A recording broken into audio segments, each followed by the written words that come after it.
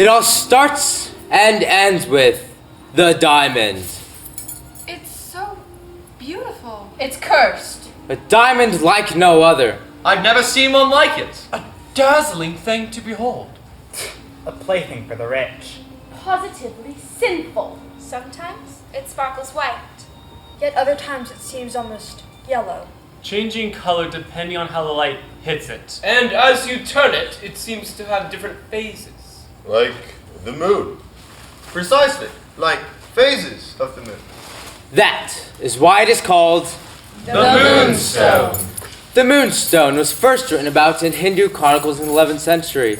The diamond disappeared and was not heard of again till the Mughal invader Aurangzeb was said to possess the diamond.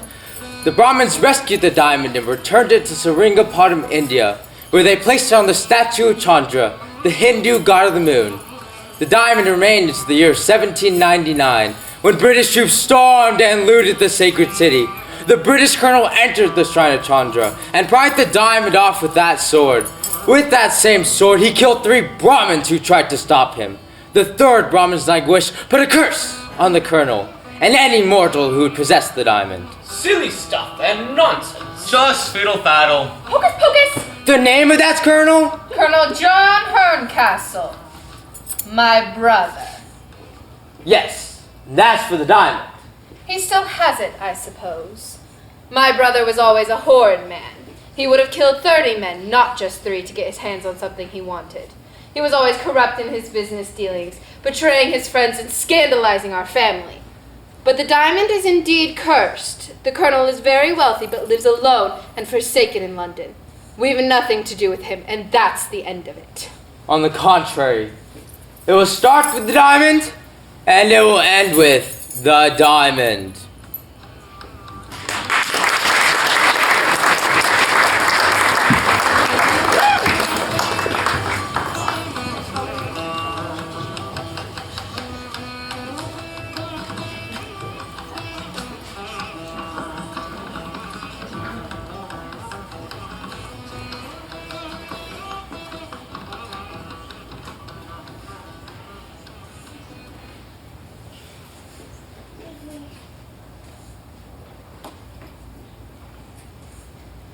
I've just finished writing down what occurred in my sitting room in Verrinder Hall in Yorkshire on the 25th of May in the year 1848.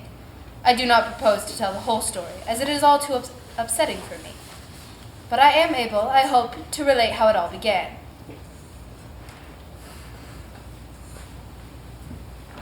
My lady, Mr. Blake has arrived from London and wishes to speak with you.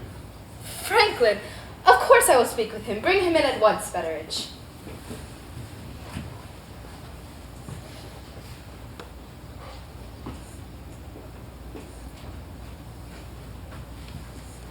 I know you don't like surprises, Lady Verinder. I like pleasant surprises. I wasn't expecting you until Rachel's birthday dinner on Saturday. She will be so pleased to see you. Betteridge, please tell Miss Rachel that Mr. Blake is here. I think it is best if she does not know I'm in Yorkshire. Not yet. Franklin, whatever do you mean? Let me explain, and then you could decide what is to be done about it. Of course. Betteridge, please do not tell Rachel that Mr. Blake is here until I tell you to do so. Very good, my lady. Something has happened. Yes. Your brother, Colonel Herncastle, he passed away 2 days ago. I see. Your solicitor, Mr. Bruff, meant to take the afternoon train to bring you the Colonel's will, but he is not in the best of health. And he is also my family's legal consultant, so... So he talked you into carrying out this most unpleasant task. Yes. But when I heard the particulars of the situation, I thought it was best that I come in his place. My brother is dead. What particulars are there? His money? Odd as it may seem, the Colonel had very little money. Several poor business judgments in the past decade. No money. Just as well. We are done with him at last. The diamond. Yes, the so-called Moonstone. Surely he must have sold it if his finances were so bad. Odd as it may seem, the Colonel refused to part with it. It is locked in a London bank. And what does the Colonel's will have to say about the diamond? Franklin, you are pale. I'm frightened. I'm sorry, Lady Verinder. It's... Tell me. The diamond is to be given to Rachel on her 18th birthday. Oh.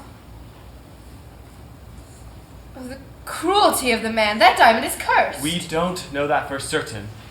It is cursed, I tell you. And to give it to my daughter in revenge? Maybe the situation is not as dark as it may seem. I should have been prepared for something like this. You say the Colonel was an evil man who stole the diamond. And who murdered for it. Exactly. You believe he was evil long before he ever got his hands on the Moonstone.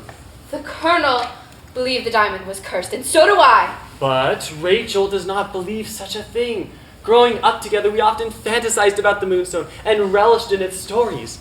She does not see anything sinister about the diamond. That is the problem. When she finds out the diamond is hers, she will not want to give it up. I will never be able to convince her of its curse. Either way, there is someone else who is very keen on getting their hands on the diamond. Who? Mr. Bruff told me of an Indian man who tried to buy the diamond several times off the Colonel. Well, the Colonel laughed at his face and said he would never get his hands on the Moonstone.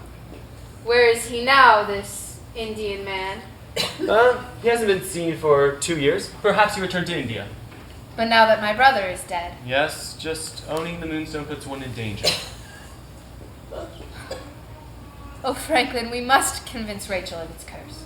You must convince her. She'll listen to you. After all, she's in Love with me? I believe so, and has been for quite some time. I love Rachel too, and I've only been waiting to propose to her. But I cannot ask for her hand in marriage and to give up the Moonstone at the same time. Already the diamond's curse works on the both of you. Oh, if only Lord Verinder were still here. He would know what to do. May I suggest what Lord Verander's solution may have been? Please do, Franklin. I shall take the first train to London, where I will arrange with Mr. Bruff to have the diamond removed from the bank. I shall then take the afternoon train and be here in time for Rachel's birthday party, where we can present to her the diamond, making no reference to it being cursed or in any way tainted. Oh, she will just insist on wearing it that evening. She certainly shall. You shall make mention to the great monetary value of the diamond. Let her wear it on occasion here or there, but most of the time it will be locked in the family safe. And after a while, I do believe we can convince her to part with it, on it being more of a liability than any of us could ever imagine. I don't think so, but it's all we can do at present. I will have Betteridge personally bring you to the station so you can make the 1:15 train to Paddington. In the meantime, I will keep your visit and the news of the diamond a secret. Yes, my lady. Mr. Blake must make the 1:15 train. Would you be so good as to bring him to the station yourself in the fly carriage? Of course, my lady. We must not delay, Mr. Blake. Of course, Mr. Betteridge. And Franklin, please inform Betteridge of everything we have discussed. I absolutely rely on his help and his discretion. Yes, Lady Verinder. We'd best go by way of the kitchen, if you don't mind, Mr. Blake. That way there's no chance of running into Miss Rachel. Absolutely.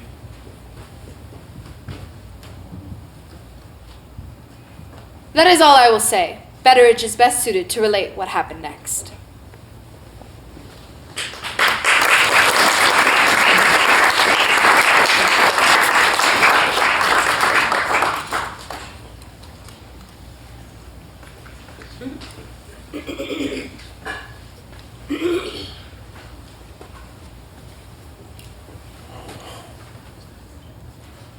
My name is Gabriel Betteridge, and I've been a steward at Verinder Hall for 30 years plus one.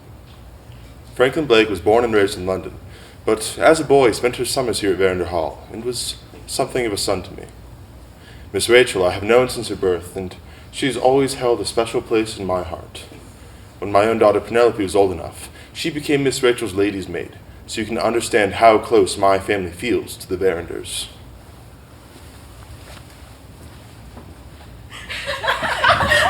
Tell me what you know, Penelope. I'm sure I do not understand what you're talking about. Yes, you do. Your father has the guest list. What guest list? What guest list? I know you've seen it.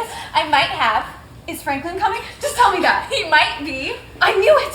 Why didn't Mother tell me? Maybe she wanted it to be a surprise. But I don't want surprises. I want to see Franklin. And no one else. What do you mean? Nothing at all, I'm sure. But since you don't like surprises, I may as well tell you. Who? Only Mr. Godfrey Ablewhite. Godfrey? Yes, and that leaves you with a dilemma.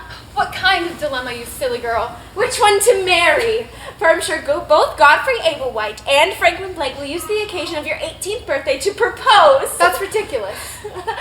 Maybe. But after you decide, send the disappointed suitor my way and I'll comfort him. Miss Rachel? What is it, Rosanna? Your mother wishes to speak to you. Lady Verinder wishes to speak to her. Lady Verinder wishes to speak to you, miss.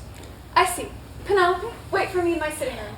We still decide what dress I am to wear on Saturday. Yes, miss. I bet her mother is... Lady Verinder?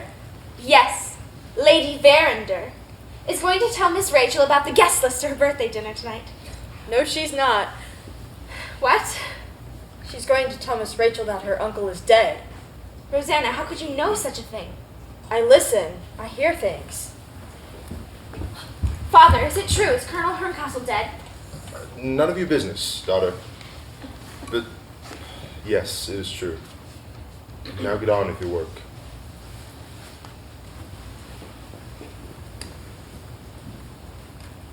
I had best explain Rosanna Spearman, as she's an important part to this story. Rosanna came to us about a year ago. I don't know her real name. She was in jail for theft and was sent to prison and was sent to a reformatory. The matron there thought that she showed promise as a rehabilitated person worthy of a second chance at life. My lady, fully aware of the facts of the case, took Rosanna on as a housemaid under the name of Spearman. Only my lady, myself, and my daughter were aware of the true facts of the case. Rosanna proved to be a hard worker, but as might be expected, a lone creature who did not get along with the other workers. In her free moments, she would often go down to a particular location at the seashore known as Cobb's Hole. This was an extremely dangerous spot known to all the locals. When the tide came in, it created a whirlpool in the marshy inlet and turned a section into quicksand. Rosanna would often stare at the water as it washed into that deadly pool. She seemed to be mesmerized by it. On the day of Miss Rachel's birthday dinner, I noticed Rosanna was not at supper, so I went down to Cobb's Hole. There she was.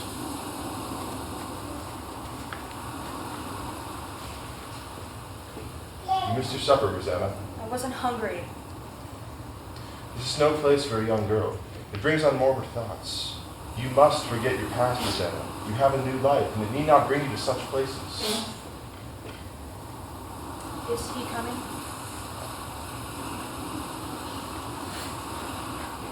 I could not answer. Is who coming, and where or when? If only I could have understood Rosanna, things would have turned out to be very different. The next morning, on the day of Miss Rachel's birthday dinner, Franklin Blake was supposed to arrive on the 2:42 from London. So imagine my surprise when I encountered him in the Rose Garden at 11 o'clock that morning. Betteridge, well luck to find you out here. Mr. Blake. I did not want to talk to you before I had seen you at the hall. But we were not expecting you until... I know, I had to change my plans, and for good reason too. But how did you get here from the station? I had the cabman let me off to the gatekeeper's lodge. Then I walked the rest of the way. And, well, I didn't want to show up at the hall until I had spoken to you. Why is that? Well, yesterday, I was followed by an Indian man. First outside my club, and then later near my flat. Great goodness. I know. And I have every reason to suspect that he saw me leave with the diamond, and he knows that I have it. So I dare not take the afternoon train. Instead, I took the morning train, and I left through the servants' entrance. It's all too clear that this man is very keen on getting his hands on the diamond.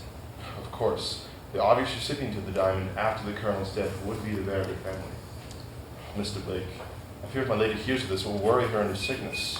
So then we agree not to tell Lady Verinder. No. Or Miss Rachel either. I will keep the diamond locked in the house safe each night. I'm confident that Verinder Hall can be secured from outside intruders. And I will let the dogs off the chains each night to make sure there's no guard. And I will make sure that Miss Rachel keeps the diamond locked in the house safe after she's enjoyed wearing it this evening. That might be easier said than done. Someone's coming. Rosanna. It is only the houseman. Surely you remember her. Rosanna Spearman? Yes, I believe I recognize her. It is only Rosanna. Rosanna, what are you doing here in the rose garden? Looking for you, Mr. Betteridge. Penelope, she needs you inside. I see. Very well. Tell her I'll be there in a moment. Yes, sir. Oh, and Rosanna, you have not seen Mr. Blake here. Do you understand? I understand. So strange. How she just appears out of nowhere. That is Rosanna's way. Quietly. But I fear my daughter will get it out of her that you have arrived. So we'd best make your presence formally known. Besides, Miss Rachel will be delighted that you are early. Yes. Oh, and Mr. Blake. The Moonstone, where is it now? It is on my person, and it will stay there till I put it in Rachel's hands tonight. Very wise.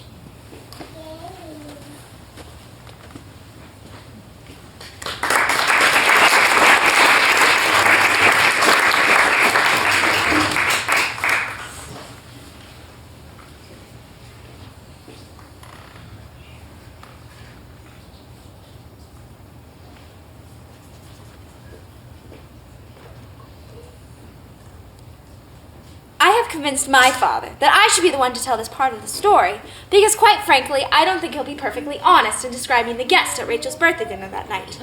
Oh, he will go on how so-and-so is such a gentleman, and how Miss Whatsit is such a fine lady. But really, most of them are awful bores, and I wouldn't bother about them at all, except they are necessary for what happens later. Franklin Blake had arrived earlier than expected, and joined Rachel and Lady Verinder in welcoming the front guests of the house. As was usually the case, the first to show up was the family's distant cousin, Drusilla Clack. Or, as Rachel and I like to call her, Miss Clack, the Quack. She was a meddling old spinster who can only talk about two things: the sinful ways of the world and saving your soul. She was forever handing out brochures about the evils of drinking or going to the theater or listening to any music that wasn't a hymn. Old Clack lived in London where she did charitable works, usually dealing with fallen women. And then the two doctors arrived. Old Dr. Candy was the family physician, and a bit of a quack himself. His methods were so outdated, no one hardly ever followed his advice. He loved to tell endless humorous stories and tell practical jokes that were as feeble as his health. If you really needed a doctor, you turned to Dr. Candy's colleague, Dr. Jennings. He was younger and very knowledgeable, but always seemed to be in poor health. I think he suffered from chronic ailment that made him even sicklier than old Dr. Candy. And then Godfrey Ablewhite arrived, and I was glad to see him because I knew Rachel was. I think she's a little in love with him, and I know Godfrey's quite smitten with her. But Franklin and Rachel have been in love for the longest time, and I don't think poor Godfrey had a glimmer of a chance. Godfrey first became acquainted to the family through Miss Clack. He had organized some charity foundations, and you couldn't keep the quack away from a charitable cause. The chatter as they all gathered was not particularly interesting, except I remember Godfrey saying to Rachel that, I have a special birthday present for you, Miss Rachel, but it won't be delivered until later this evening. we were all about to go into the parlor when a very curious thing happened. Oh, look, Mother. Great goodness. Such beauty! Franklin, did you arrange this? Not I. Is she a gypsy? Not at all, Lady Verinder. She is an Indian dancer. Indian? Godfrey, you arranged this? How sweet. She is perfectly charming, Miss Rachel, but I cannot take credit. Heathen dancing. How disgraceful. I think she is lovely. Like a rarity from the Raj! Ha ha ha! Get it? A rarity? From the Raj? Franklin, speak to her. She must go. I'm afraid they may not understand English, Mr. Blake. Mr. Blake, Yes, Miss. Rosanna. She will not go until coins are thrown on the ground for her blood. Of course. There you go. Should I, Lady Verinder? Please. Very well. There you are now. Off with you.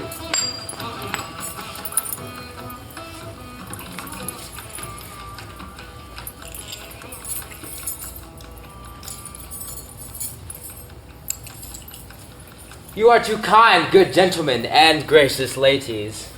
You realize, sir, that you and your young companion are on private property?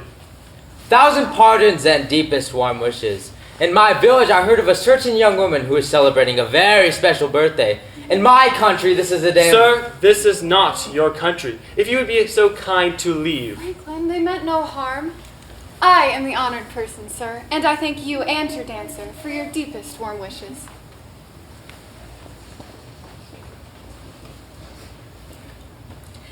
And then they left. We were all amused, all but my father and Franklin Blake.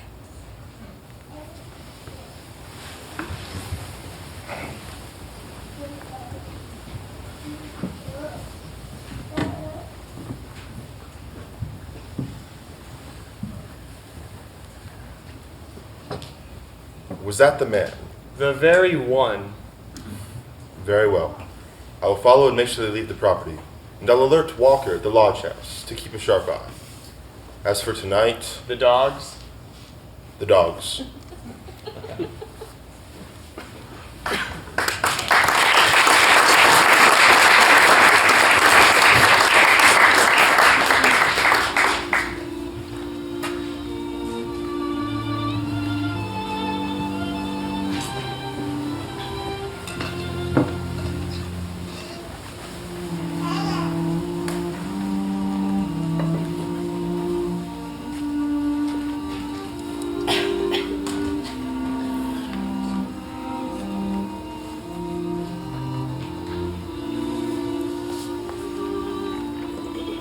My daughter was not allowed in the West Parlor that evening before dinner, so I will do my best to relate what happened when Franklin presented the Moonstone to Miss Rachel.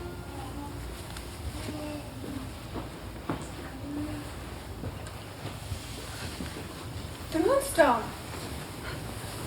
Yes, and now it is all yours. I don't understand. Didn't the Colonel leave it to you, Mother? What does an invalid need with a diamond? It is yours, my dear. Oh, it is even more beautiful than I ever imagined. Franklin, remember how many times we joked and fantasized about the Moonstone? Yes, I remember. But now it is real, and it is yours. I've never seen one like it. A dazzling thing to behold. Positively sinful. It sparkles white. Yet, as you turn it, it seems almost yellow. Changing color depending on how the light hits it. Mother, how shall I wear it? Well, It appears the Colonel added a clasp to the back. You may wear it as a brooch. Oh, I see. Then I shall wear it right now. Mother, help me put it on. Oh, I shall wear it tonight and every night. I love it. I shall never take it off. don't talk foolishness, Rachel. You must be quite careful with it. It is quite valuable. It may be worth quite 20,000 pounds. That much. Gracious! Quite the cost of the moon itself! Ha ha ha! Get it? Moonstone? Cost of the moon? So you must keep it safe. Right here near my heart. That is the safest place. Franklin is right, my dear. Precautions must be made. Tonight it goes in the house safe. Oh, not tonight, Mother. I cannot bear to part with it so soon. I believe the diamond was once part of some pagan statue. Disgusting. Hindu, wasn't it? Didn't the late Colonel Herncastle get it in India? Mr. Ablewhite, I just remembered. A package of some considerable size arrived for you around a half hour ago. My birthday present for Miss Rachel. I'm afraid it is not a precious jewel worth 20,000 pounds, Miss Rachel, but I think you'll like it. Oh, Godfrey. Betteridge, I think I will need your help bringing it up. Of course, Mr. Ablewhite.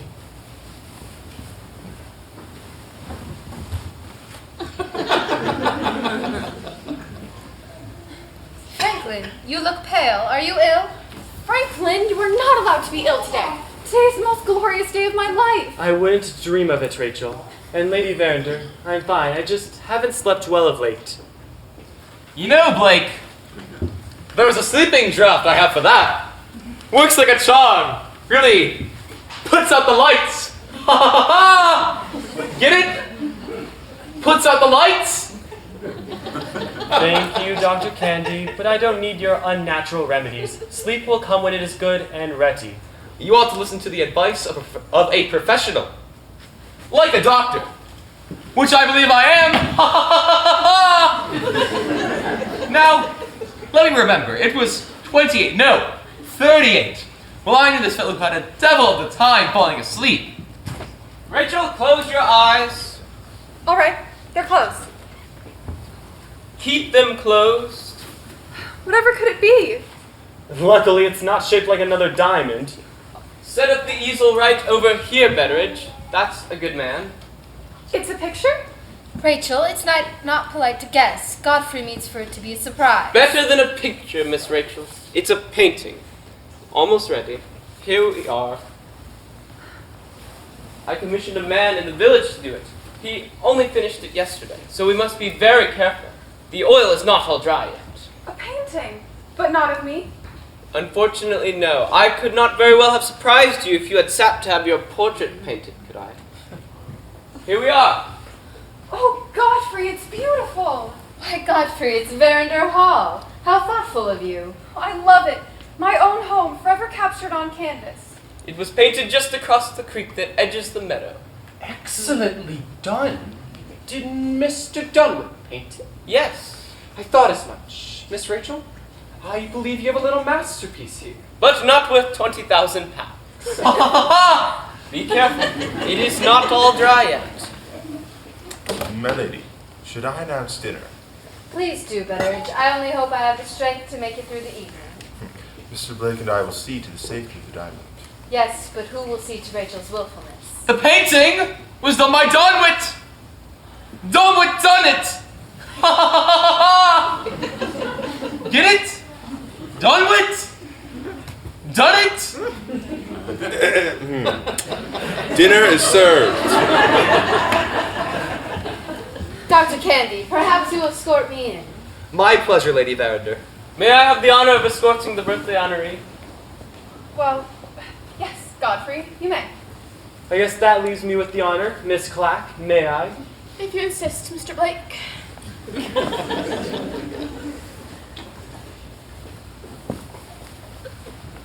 Do you really like the painting, Rachel? Oh, I do, absolutely. Of course, what I'm really asking is, do you like me? Or possibly love me? Godfrey, I have been waiting for you to come of age, Rachel. Otherwise, I would not have waited so long. Will you marry me? Godfrey, I love Franklin. I always have. That is childhood affection, because you two practically grew up together. I know my feelings, Godfrey. I don't need you to explain them to me. You acted as if the diamond was a birthday present from him. My painting must have seemed a rather meager offering in comparison. The Moonstone was not from Franklin, and even if it was, do you think I could be bought with a diamond? Excuse me, Miss Rachel. They're all waiting for the guest of honor. Certainly, Betteridge. We are coming. Are we not, Mr. Ablewhite? If you say so, Miss Rachel.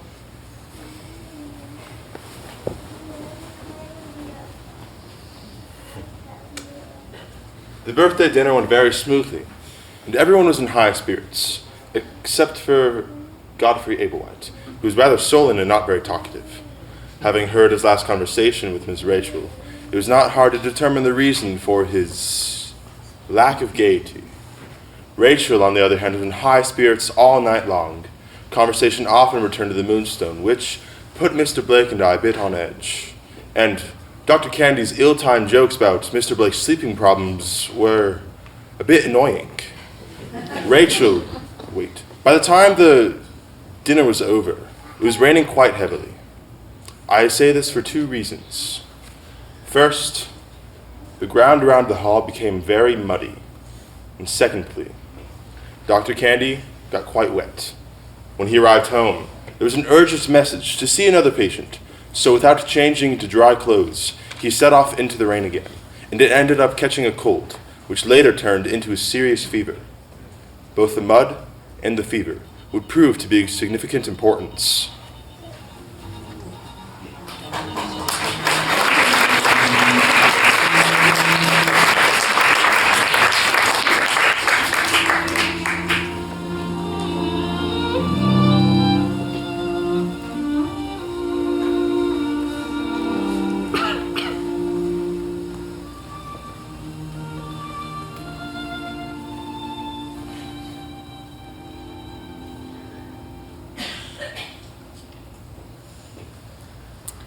Father was not in Rachel's sitting room last night, but I was. So I'll tell you what happened.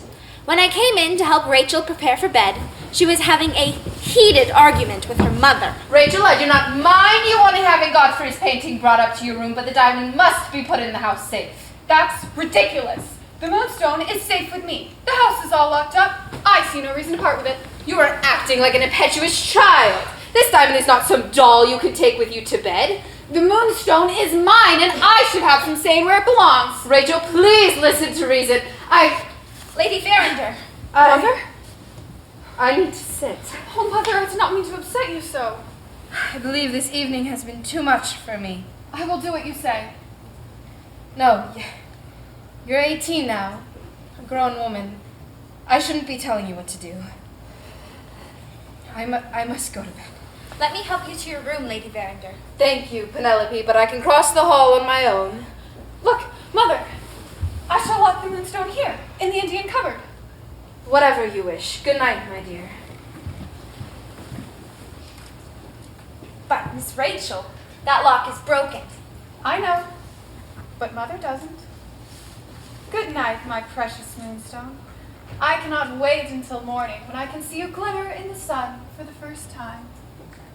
Come, Penelope, help me get ready for bed. Yes, miss. And so the night ended, and I went to my own room and slept soundly. No, no, wait. How could I forget? I think you ought to know that something very odd happened when I returned to my room. Rosanna Spearman was waiting for me, looking rather upset. Rosanna? He hardly knows who I am. Who? Franklin Blake. He doesn't speak to me. He doesn't notice me. I'm nothing to him. Well, Rosanna, you can hardly expect... I'm as good as her. I'm prettier than her. Without all her fine hair and her dresses, he wouldn't give her a second look. You mean Miss Rachel? I hate her. If it wasn't for her, he'd look at me.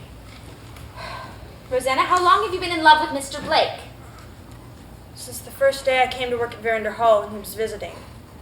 I know it's all impossible. I'm not daft. I know what he is and I know what I am. But I can't just stop loving him. Oh, poor Rosanna. I knew you were upset, but I wasn't sure of the reason why.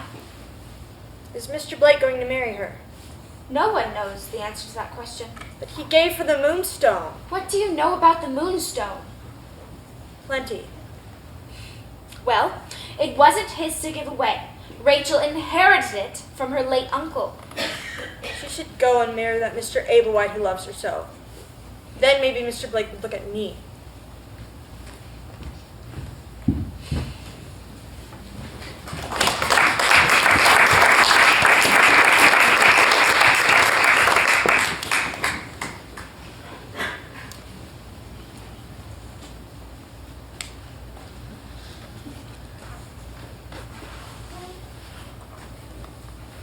All night, I kept listening for the dogs, who would have surely barked if any intruder had gotten onto the property.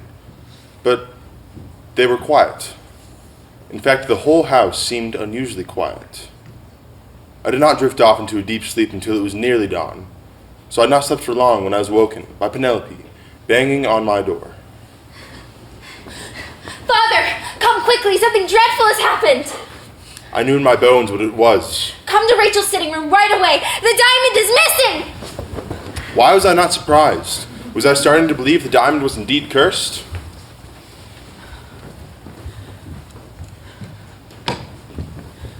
You both saw me put it in the Indian cupboard. Now it's not there. Has the lock been broken? Well, it was... We discovered the lock wasn't working after you left. Lock or no lock, it doesn't matter. The Moonstone is gone. Calm yourself, my dear. Perhaps it's just been misplaced. It has been stolen. I know it. Penelope has informed me that The Moonstone is gone. It has been stolen and it will never be mine again. Penelope, see if you can do something with my daughter. She seems quite out of her wits over this incident. Yes, miss.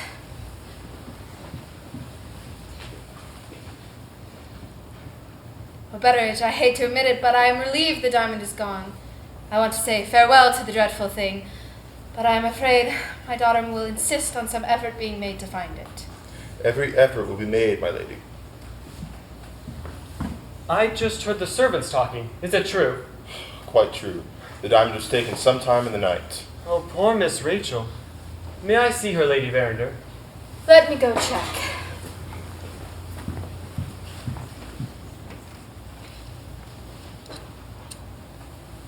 The Indian man, do you think? I don't see how. The doors were locked up tight and the dogs were loose all night and there was no barking.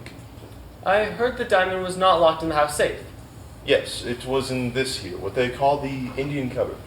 Apparently, the lock was already broken. I'm sorry, Franklin. Rachel refuses to see you. Refuses?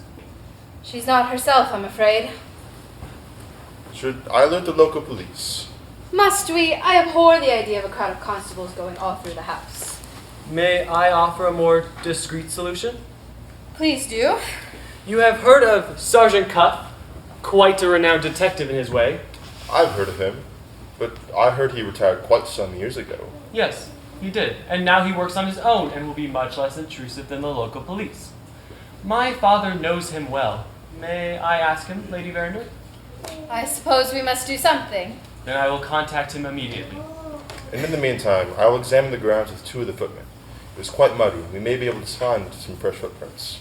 We must not rule out the possibility that the diamond was taken from someone within the house. Such a dreadful thought. Well, there is the staff, whom I trust implicitly, and the 3 house guests, Miss Clack, Mr. Ablewhite, and yourself. Well, then we'll leave that up to the sergeant. I'll get a hold of him.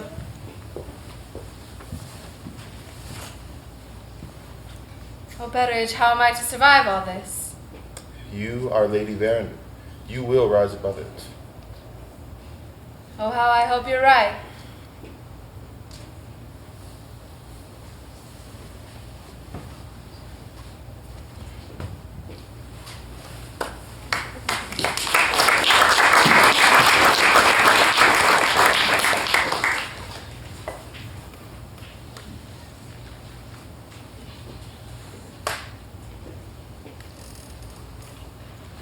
Mr. Blake was as good as his word and wasted no time. By late afternoon, Sergeant Cuff arrived from the train station, where I met him.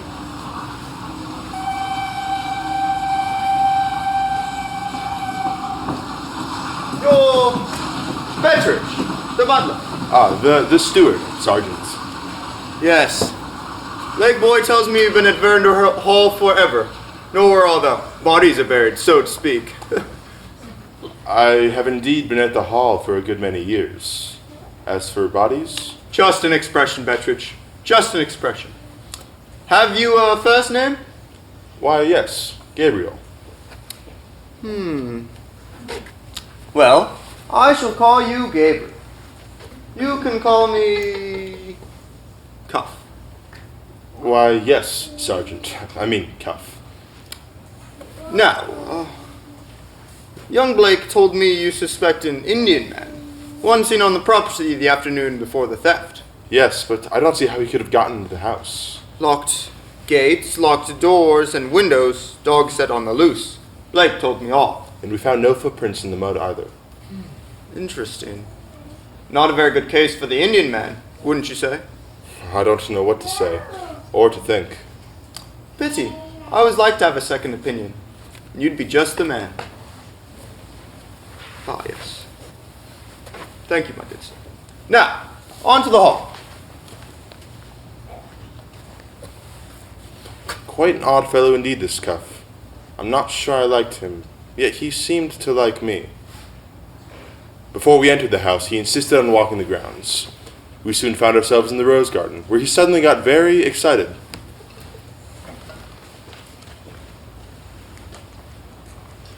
Now, there's something of interest. A clue. These roses. Your gardener has mixed the white musk rose with the blush rose in this section. Very unusual. I'm not sure if I like it. I'll have to think on it some more. You like roses, Cuff? They are my passion. Someday I hope to retire completely and dedicate all my time to the roses. Oh, but this won't do. This will not do at all. A clue. Your man has opted for gravel pathways. With roses, grass pathways are the thing. They help with the drainage and just look so much better. I'll have to have a talk with him. I see. Perhaps we should move on to the hall. I wish to show you the so-called scene of the crime. Scene of the crime? Yes, I suppose we must. Lead on, Gabriel.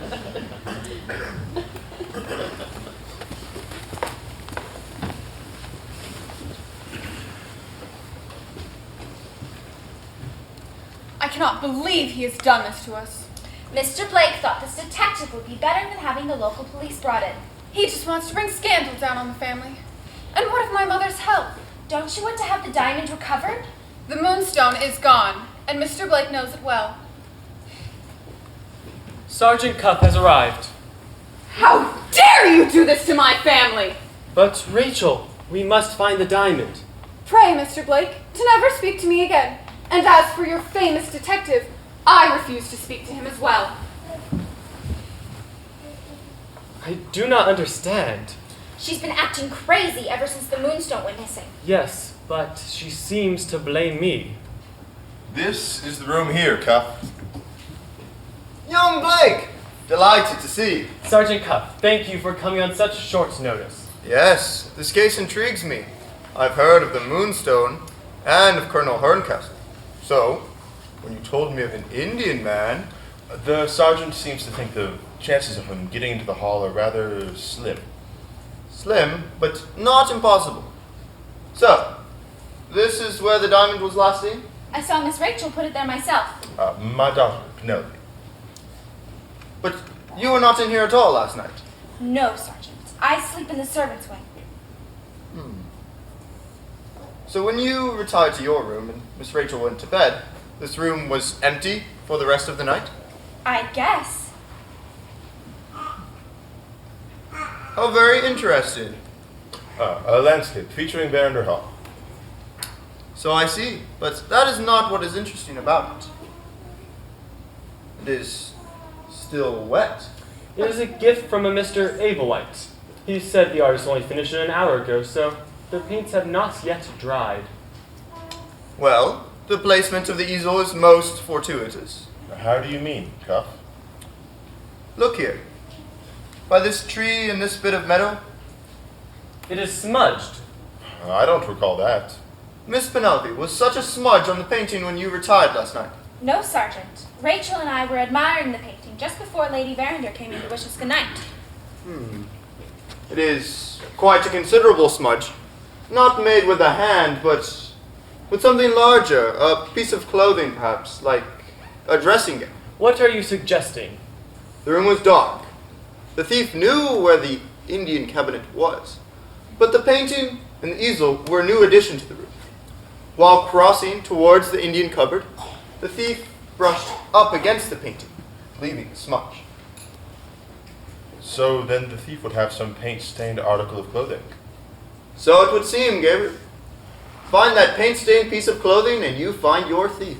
Wouldn't the thief just notice the paint and wash it off? No, not oil paints. Much too difficult to remove. Even a laundress would have difficulty getting it out. Now, Gabriel, I would like to ask if Lady Verinder might consent to having the whole house searched in an effort to locate this paint stain. I don't know, Cuff. That is quite an intrusion of privacy. And what if the thief noticed the paint and burnt or somehow destroyed the incriminating article of clothing? Yes, the plan has its flaws. Might I suggest a little experiment? What kind of experiment? I would like Miss Penelope to ask Miss Rachel if she can examine her mistress's wardrobe. Miss Rachel is in a mood today and has vowed not to cooperate with this investigation. Well, it can do no harm to ask her. I'll ask her. Heaven knows what her reaction will be.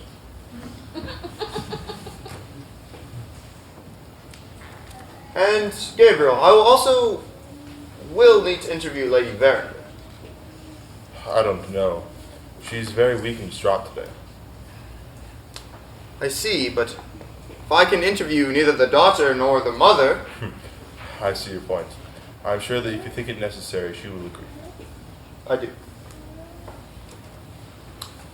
Well, daughter, Miss Rachel has repeated that she absolutely refuses to have anyone look at any part of her wardrobe, and has repeated that she would not like to speak to Sergeant Cuff.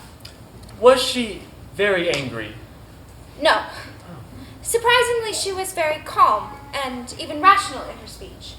I'm sorry, Sergeant. Oh, don't be. You have done me a great favor. I thank you. Mr. Blake, might I ask if you would talk to Lady Verinder and see if I could see her at her convenience? Certainly.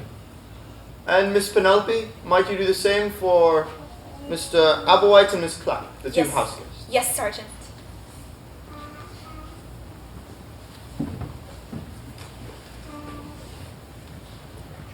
I don't understand, Cuff.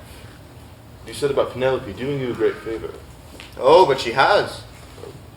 Miss Rachel, refusing to allow Miss Penelope to examine her wardrobe, tells me one of two things. Either she is keeping the diamond, or she knows who is, and is protecting them. Extraordinary. Well. Now, if you'll excuse me, I must have a talk with that gardener of yours.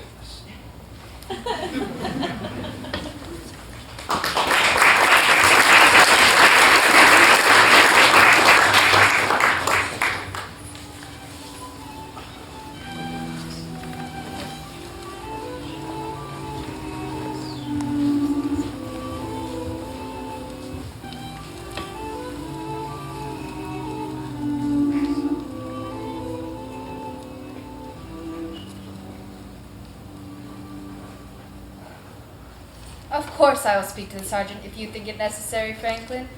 One feels one must cooperate. I wish Rachel felt the same way. She emphatically refuses to speak to the sergeant. This whole thing has affected her in a way I cannot explain. Never have I seen her so out of control before. Can you explain it, Franklin? I have known and loved Rachel for many years. Yet the hatred I saw in her eyes this morning, I can't even begin to explain it.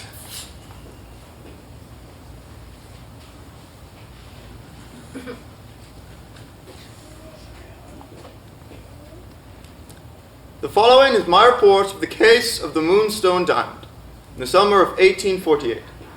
I will try to get straight to the point, but I'm afraid some of those who I interviewed did not. So good of you to see me, Lady Vernon. I understand you are unwell. I will try to be brief. May I stay, Sergeant Cuff? Oh, please do, Franklin. That is quite acceptable. I have some questions for the young Mr. Blake as well. Surely you don't suspect Franklin. I'm sure it's quite an ordinary procedure. Yes, just questions. Now, Lady Verinder, I understand your room is right across the hall from Miss Rachel's. Did you hear anything unusual in the night? No, I fear I am a sound sleeper. Dr. Candy gave me a sleeping draught, which I take most nights. I was quite upset last night and took a dose of it. And what was it that upset you so? I'd rather not say. I see. And you, Mr. Blake, where did you sleep? I stayed in one of the guest rooms, quite far from Miss Rachel's, so I can assure you, I heard nothing unusual. Tell me, Lady Verinder, are you aware of any person or persons who covet the diamond enough to steal it? No, A servant, for example? certainly not. Betteridge chooses his staff very wisely. I trust each one of them. And now, were you surprised at the sudden appearance of Indian dancers on your property yesterday? Well, I certainly wasn't expecting them. And you, Mr. Blake? Neither was I. They only stayed but a moment, and after we tossed them a few coins, Mr. Betteridge assured me that they left the property and did not return. So you dismiss the notion that the Indian man who followed you here from London is the thief? What's this, Franklin? You did not tell me anything of being followed. Lady Verinder, I did not want to worry you. There was nothing. But it was an Indian man who tried to buy the diamond from the colonel. So there was someone who coveted the diamond. I suppose so. I would not concern yourself too much with it, Lady Vernon. It's very unlikely the diamond was taken by an outsider. You mean, are you saying, is someone in the house? Much too early to say, my lady. I thank you for your time.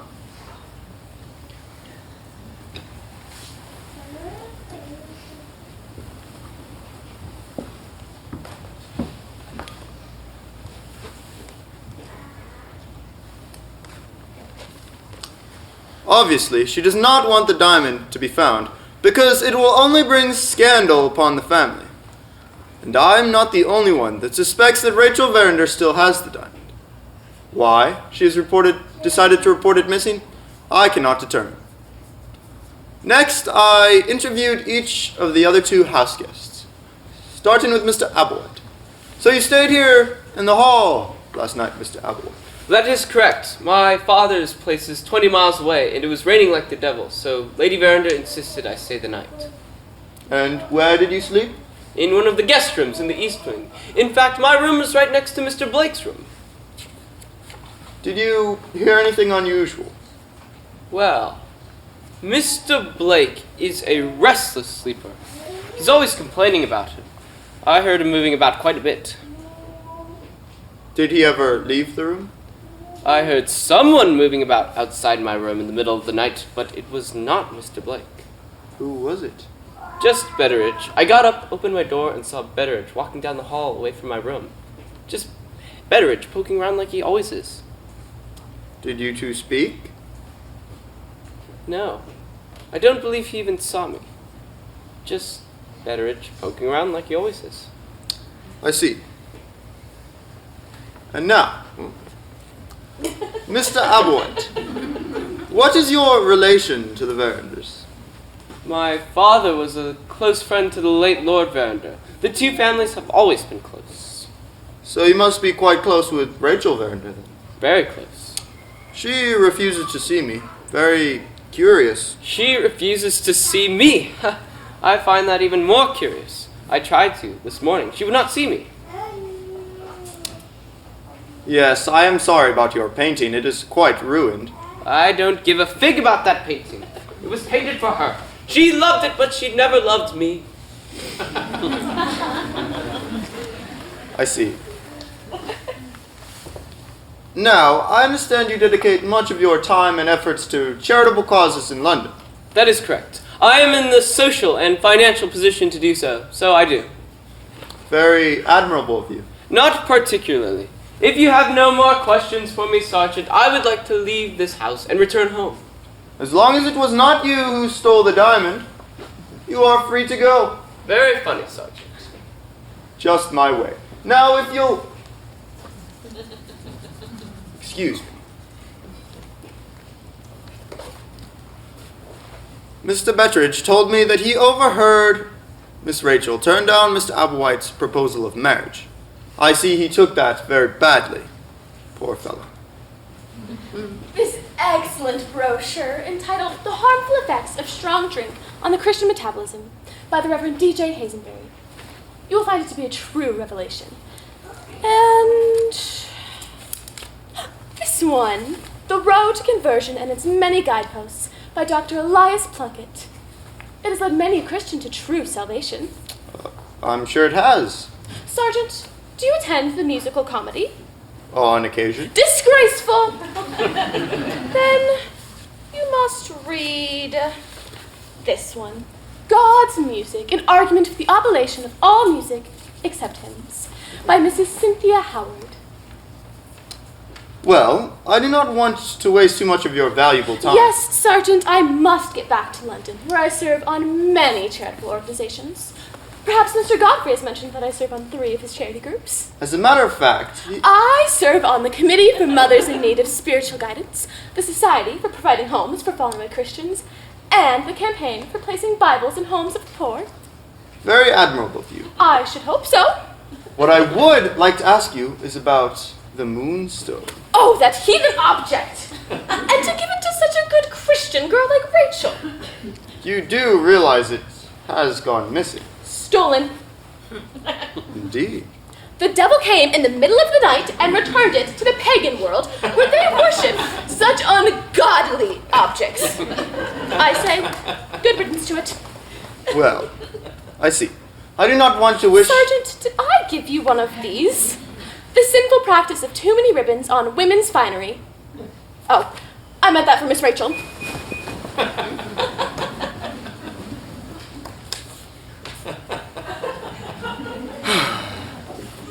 So much for the 3 house guests. I gained little insight from them, unless one takes these to heart. Next, I interviewed each of the servants, each conversation, and members of staff. Each conversation was short and to the point, except for my talk with Jenkins the gardener. We had a fruitful discussion on the uses of the coral rose. I managed to set him straight on the advantages of grass pathways in the rose garden. Gabriel. Oh, you put quite a scare into the servants. Each one suspects that you either suspect him or her. All I did was ask them where they slept and if they saw or heard anything. And that was enough. Poor Sally in the kitchen still shaking. Were you satisfied with the answers that you received? Yes, all but one. I'd like to talk to the sullen one again, Rosanna Spearman. Why her? No particular reason. Is there a problem? None at all. Penelope, would you please go ask Rosanna to come here? Yes, Father.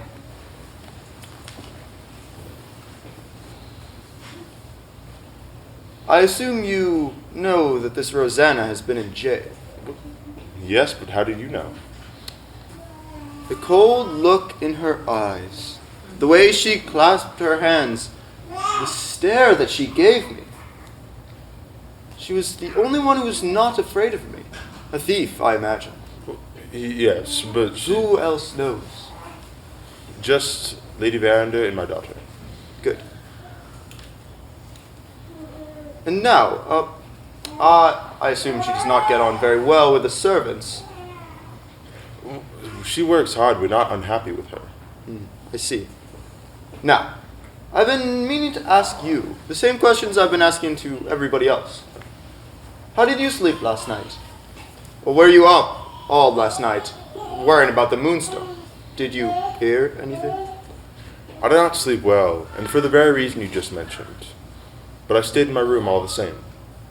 As for hearing anything, I did not. I see. Rosanna, come over here. The sergeant just has a few more questions for you. I would like you to tell me everything that you know about the Moonstone. I didn't steal it. It is not what I asked. Did you ever get a chance to see it? Once, when Miss Rachel took it off before she went to bed. You saw this from where? I don't know.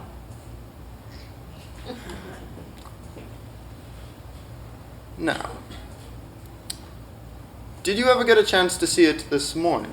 No. Then how did you realize it has gone missing? I heard Rachel screaming and carrying on. You heard this from far away from her bedroom? No. Then from where? I don't remember. You could hear her practically throughout the whole house. I see. Well, I've no further questions. You are free to go.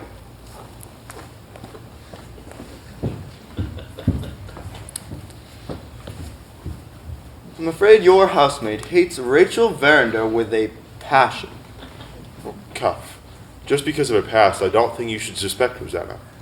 Oh, no, she did not steal the diamond. No?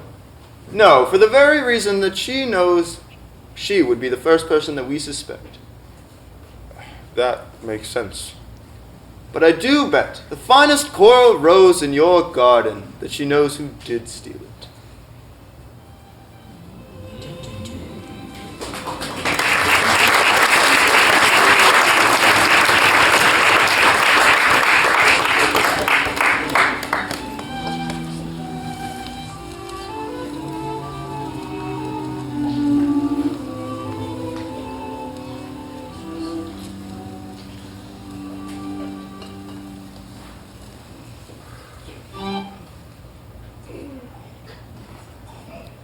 I didn't want to be the one to tell this part of the story. But Father and Sergeant Cuff said I was the only eyewitness, and it was my duty to do so. How I'd like to forget the whole incident, put it out of my mind forever. But I can't, so I may as well tell it, and maybe it won't rest so heavy on me. It was late afternoon of the following day, and I saw Rosanna Spearman leaving Verinder Hall by the servants' back entrance. She was carrying something. It was all wrapped up in cloth and fairly large, but it didn't seem to weigh her down. I followed her, but kept my distance. It looked like she was heading towards Cobb's Hole. My father had told me how he sometimes found Rosanna there, and scolded her for being in such a deadly place. I considered running back to the hall to tell my father, but then I noticed she turned along the beach, down the path, to the fishermen's cottages. I knew which one she was going to.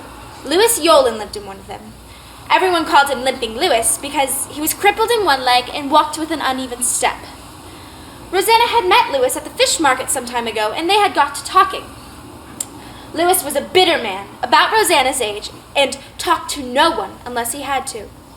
Yet he and Rosanna seemed to understand each other. On her days off, Rosanna would go down to the Yolen cottage and visit Louis. I was relieved to see her go down to the cottage, knowing she wasn't going to do something foolish. All the same, I was curious about what was in that bundle she was taking to him. So I sat on the dunes and waited. I don't know what I was waiting for. Just curious, I guess. Terribly curious. Well, it wasn't long before Rosanna left the Yolen cottage and returned along the beach. So I hid myself in the seagrass, for she carried no bundle. I hid myself and waited till Rosanna was out of sight.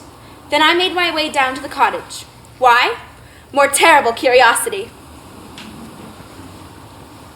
What do you want? I'm Penelope. I know who you are. What do you want? I'm worried about Rosanna. Rosanna Spearman? A fat lot you know that the hall care about Rosanna. I fear she may be in some sort of trouble. She didn't steal nothing, if that's what you mean. But I just saw her leaving your cottage. So what of it? She brought you something. She brought nothing for me. But she brought you a bundle. It'd be for someone else. She left without it. Listen to me, Miss Nosy Parker. I'll tell you what you die to know. It'll save me a bother at the same time. I don't understand. Rosanna brung me a bundle and a letter. After 2 days, I sent word to Verinder Hall that they spoke for Mr. Franklin Blake. Mr. Blake? Yeah, him and only him. And I won't give him to no one else. Of course I'll tell Mr. Blake. Good. Now be off with you. But what about Rosanna? Where's she gone? Back to the hall? I don't know. All she said was she had to get going because it was high tide coming in. High tide. Cobb's Hole. The quicksand that forms at high tide. I ran along the beach to that dreadful place. There was no time to return to the hall and get help. As I got closer to Cobb's Hole, I saw her. She was standing on a rock ledge that overlooked the whirlpool formed by swirling waters. I tried shouting out to her, but the noise of the surf was deafening. In the spray, in the mist, I saw her one moment. I think I screamed, but if I did, I couldn't hear myself. I couldn't hear anything over the sound of my heart beating. I fell to my knees and wept. I'm not sure for how long. It was dark by the time I got back to the hall.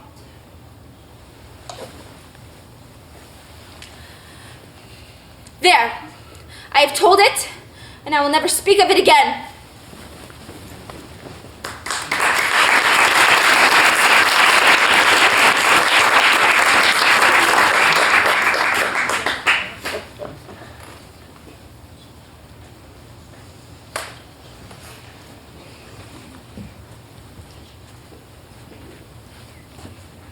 While my daughter was away from the hall, Franklin Blake would depart and would not return again until 1 year had passed. His leaving was understandable, at least to me, for I had heard his last conversation with Miss Rachel.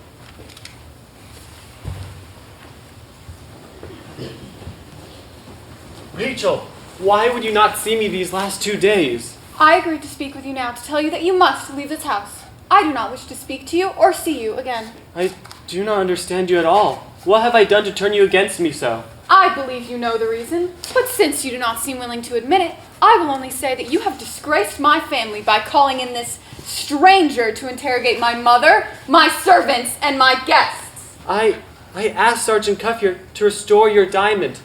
I want you to be happy again. Your words wound me more than you can ever imagine. Good day, Mr. Blake. And goodbye. Franklin,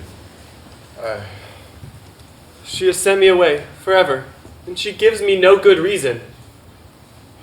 I believe the poor girl is still in some state of shock or hysteria since the loss of the Moonstone. She can give you no reason because at this moment the poor girl is totally without reason. Give her time. I don't think I can do that. I shall leave for London and then the continent for some indefinite period of time. You may say it, I am running away. I would not tell you such a thing, my boy. After all, you know your own mind. That is true. Well, let us say the Moonstone was cursed. It was cursed after all. And he left. After that, my daughter returned to the hall and told us the tragic news about Rosanna Spearman. I had barely informed my lady and Sergeant Cuff when word quickly spread throughout the household. Rosanna was not particularly close with any of the servants, but her death was still a considerable shock to all of us. The next morning, my lady summoned me to her sitting room and asked that I bring Sergeant Cuff with me.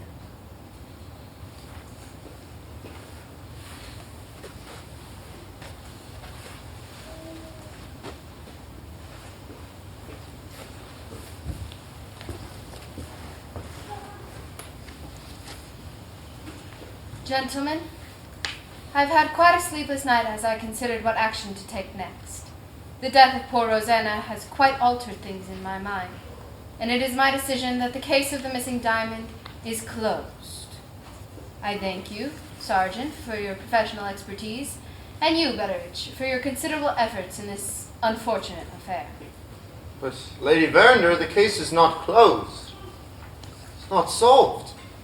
Solved or not, it is closed. Betteridge will see that you are compensated for your services. Does the suicide of Rosanna Spearman bring you to this decision? I believe the temptation was too great for poor Rosanna. She took the diamond during the night, suffered severe regrets, and knew her rehabilitation had failed. So she decided to end her life and took the diamond with her to that watery hell. That is certainly possible, Lady Verinder.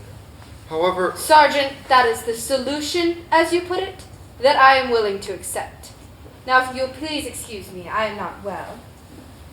Betteridge, perhaps you ought to call for Dr. Candy.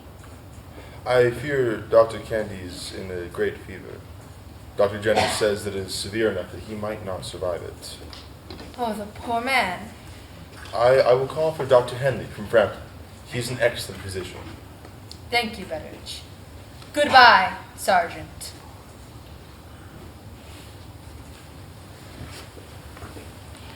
I'm sorry, Cuff. Rosanna Spearman did not steal the diamond. I tend to agree with you. But the case is closed, and I'm finished. But who could have stolen the diamond? Could have? Well, there I can help you. The Indian man could have gotten onto the property by ways we have not yet determined. Miss Rachel could have kept the diamond for reasons unknown to us. Mr.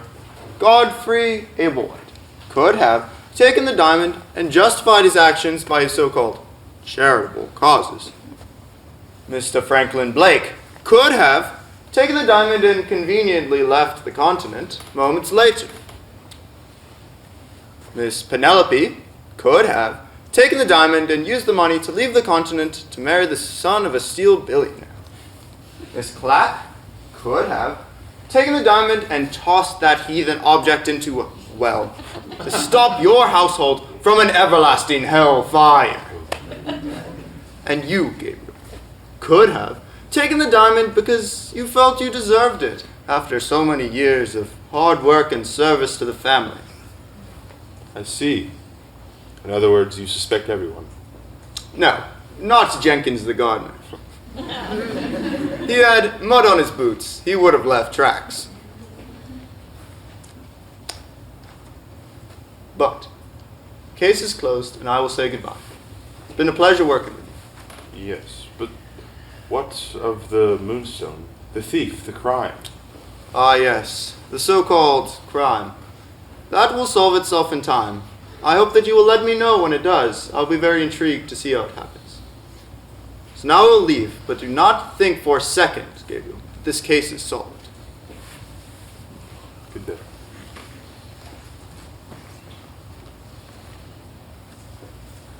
So ends my part of the story. All that is left to say is that, although Dr. Candy did not die, he was left in a state of perpetual delirium, jabbering nonsense all day long. My lady was spared such an end. She died 2 weeks after the sergeant left. Her dying breath blamed it all on the Moonstone. After the funeral, Miss Rachel moved to London. Franklin would not return again until a year. Verinder Hall was closed down and the rooms were all shut. And the whereabouts of the Moonstone remained a mystery.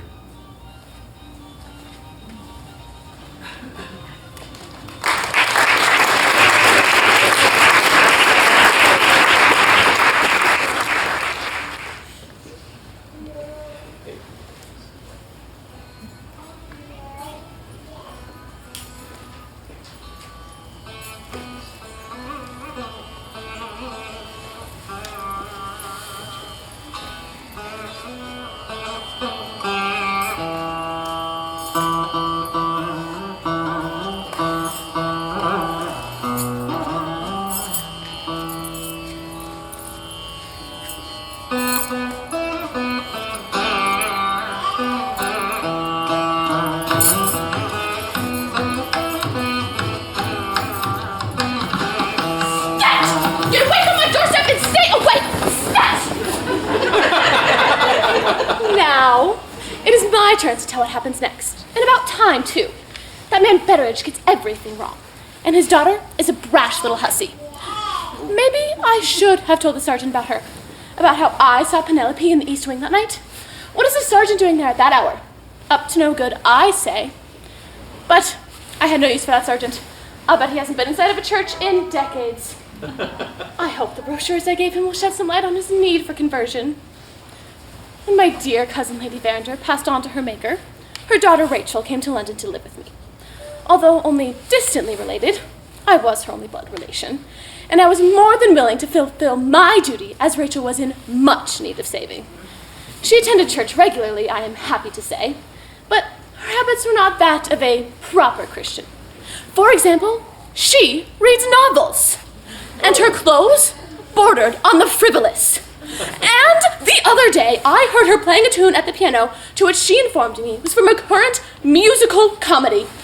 I had to leave my house immediately so my soul was not condemned to everlasting hellfire. Nonetheless, I'm determined to convert Rachel into a true Christian. Cousin, what are you reading? Robinson Crusoe. Oh, my poor deluded girl. It was my dear father's favorite book. I dare say. He believed all the answers to life's questions could be answered in this novel. My dear, there's only one book capable of such a thing, and that is the Bible. I suppose so, but this is so much more interesting. Have you not read a copy of Dr. Julius Simmons' The Road to a Perfect and Chaste Life? Is that the brochure you tucked under my pillow? No. Or the Reverend Osgood Claxton's The Hidden Evils of Opera? That one I believe I found in my glove drawer. I rather enjoy the opera, but I've no one to accompany me. Cousin Drusilla, would you consider joining me next week for Dido and Aeneas at Covenant Garden? Whores! I thought not. Do you see what I am up against?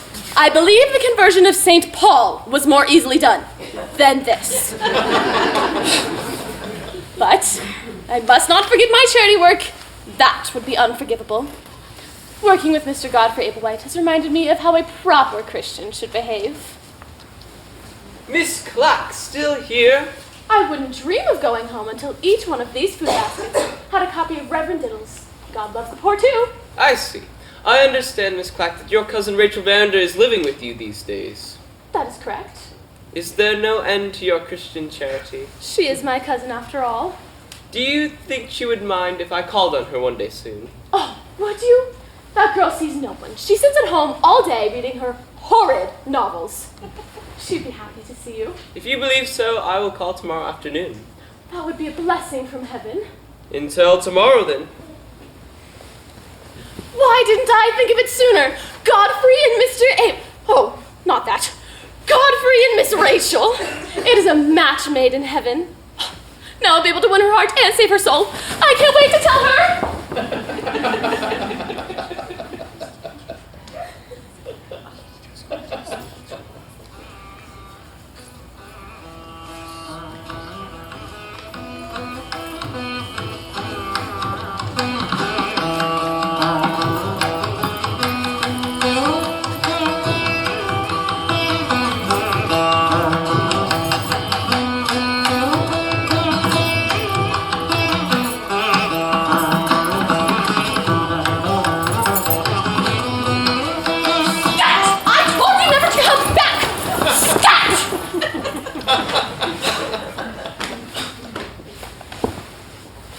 Sir, it is not here.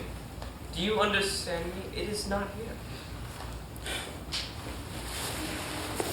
Thank you, Mr. Ablewhite. That is the third time they've come back here with their pagan music and that girl with her heathen dancing. I don't think they will return. They thought Miss Rachel had the Moonstone. I would not allow that in my house. The Indian man has also been seen at my bank. He suspects that I have the Moonstone and is watching me. How disgraceful. You of all people. He suspects everyone and is desperate to get his hands on the Moonstone. I hope they find that heathen object and return it to India or wherever it belongs. Please, come see Miss Rachel. Certainly. Mr. Godfrey stayed for over an hour. Of course, Rachel would not divulge to me anything that passed between them. That girl has no manners to speak of. He came the next day and stayed for even longer. By the third time he came around, I had to take matters into my own hands. I listened at the door. You know what I'm going to ask, Rachel? I asked it once before. Things were very different back then. Yes, but now he is gone. Do you still love him? I cannot love him after what he has done.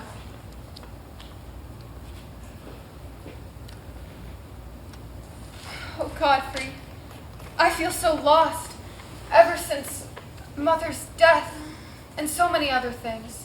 I have lost my way. Please let me help you find it again, Rachel. We've been such good friends in the past. Now it can be much more than that. Will you marry me? Yes, Godfrey. I believe I will. Oh, Rachel, you have made me so happy. I hope so.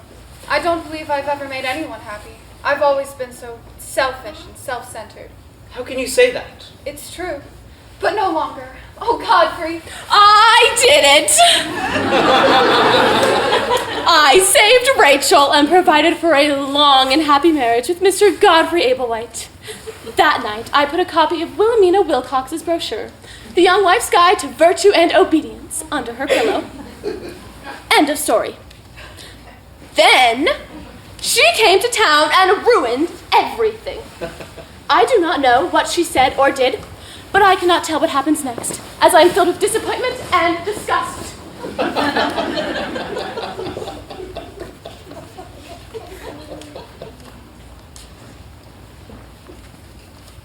My father said I should be the one to go to London and inform Rachel about certain things. Although I abhorred that wretched cousin of hers, Drusilla Clack. When I came to her house and I said I had important news for Miss Rachel and only Miss Rachel, I thought she'd stab me to death with her piercing looks. But after I enthusiastically accepted her offering of a brochure, she calmed down.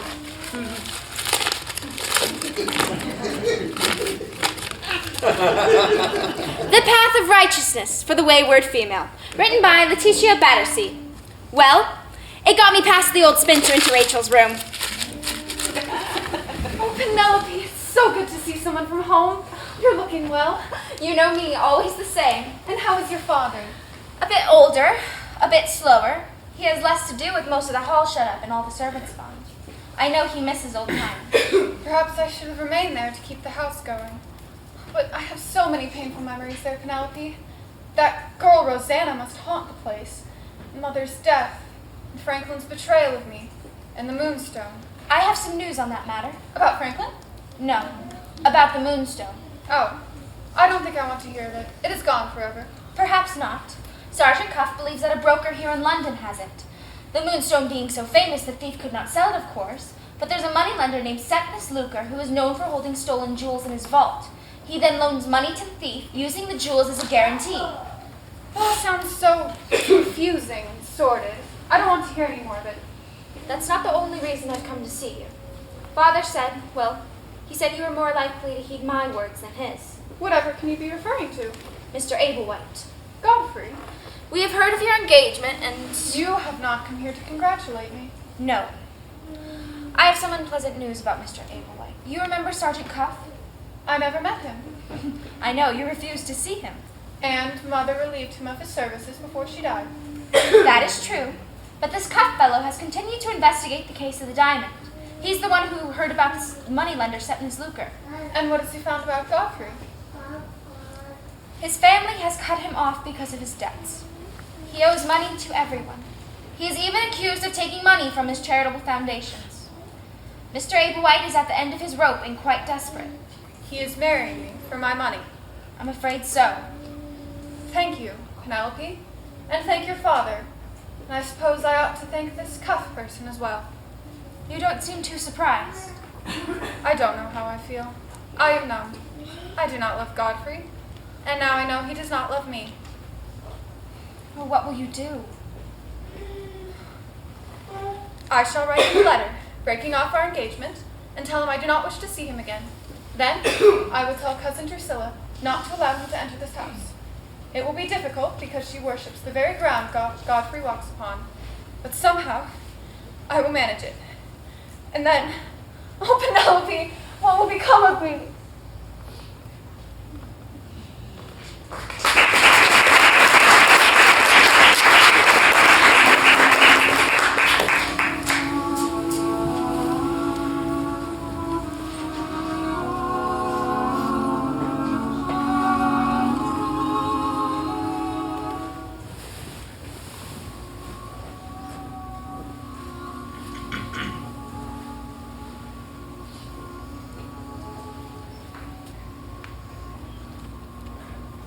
I returned to England 1 year after being ordered out of the hall by Miss Rachel.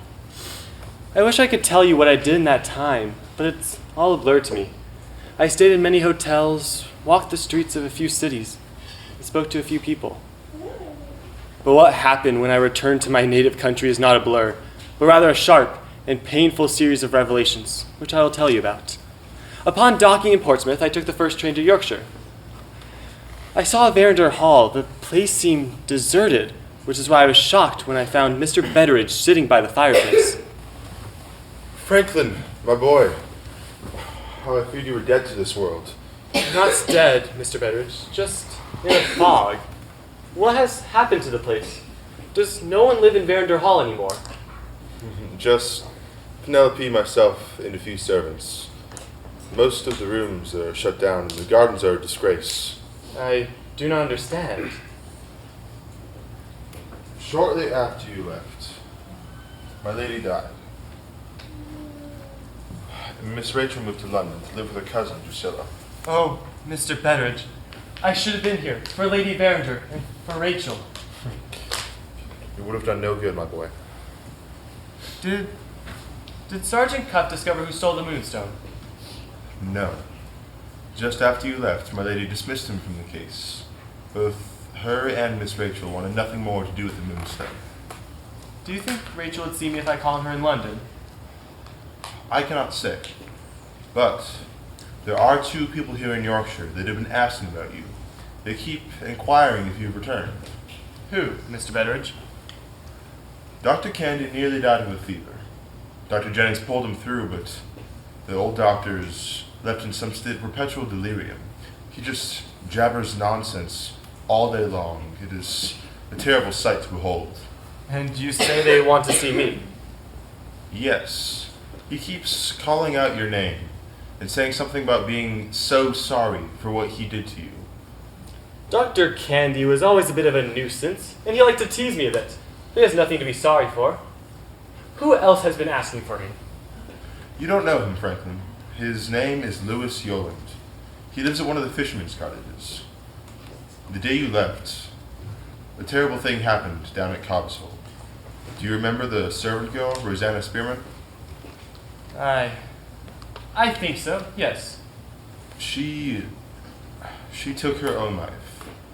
She jumped into the whirlpool at high tide and the quicksand swallowed her up. How ghastly. My lady believes that Rosanna stole the Moonstone and that her guilt led to her suicide.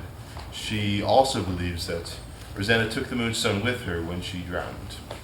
But do you believe such a thing? No, and neither does Cuff. But one thing's for sure.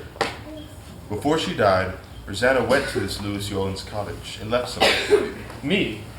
Yes, a letter and a bundle. Do you think this has anything to do with the diamond? I cannot say, but you'd best go find out. They call him Limping Louis because he's somewhat crippled.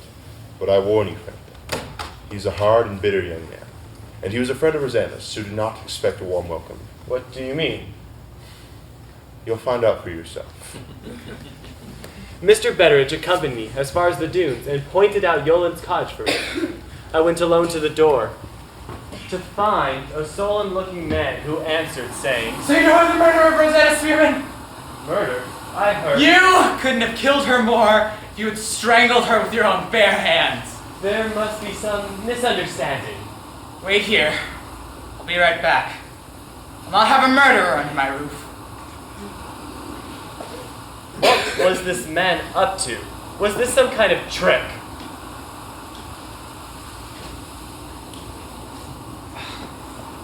I've been keeping these so many months because I promised poor Rosanna.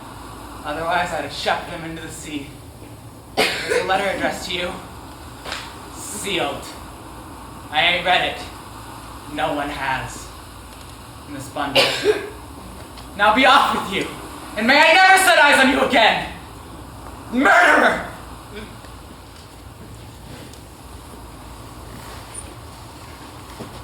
The letter was from Rosanna Spearman.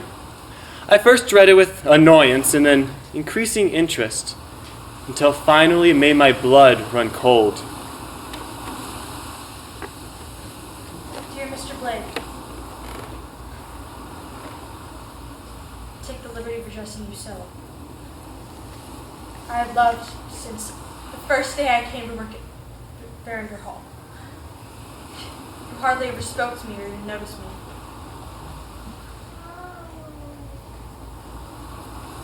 But my love for you is the strongest that felt by any fine lady of your class. I continue to love you without reason or common sense. It is love all the same. I would have continued doing so for the rest of my life. Then the Moonstone was stolen. I knew that the sergeant would find out that I was once in jail for theft and the blame would be placed on me. And I found something that next morning in the washing. I tried to find a way to hide it from the police and everybody in the house. I also tried to find a way to burn it, but I couldn't, with it being summer and so few of the fireplaces being lit. I was determined to save you. It was the only way in which my love could be of use to you. So I wrapped it up with this bundle and will deliver it to Louis Yoland along with this letter. I don't mind being accused of stealing the diamond. I would gladly go back to jail knowing that you have been saved. But I will not go back to jail. I've had my chance to start over, and now it is gone. I will end it all at Cobb's Hole. It is not your fault. Your not loving me is also not your fault. It's just the way things are. I will disappear, and you will be safe. Your devoted one, Rosanna Spearman.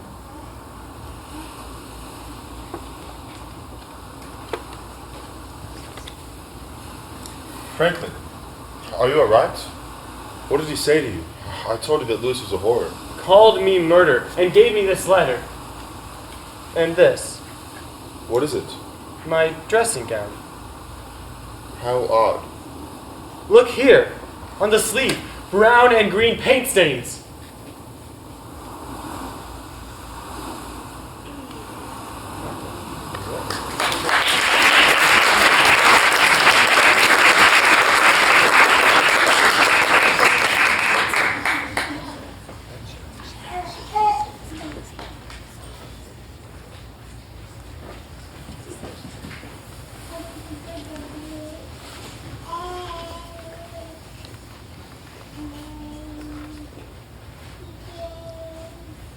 The dressing gown had been the one I wore the night the diamond was stolen, and the paint stains were exactly on the sleeve as they would have been.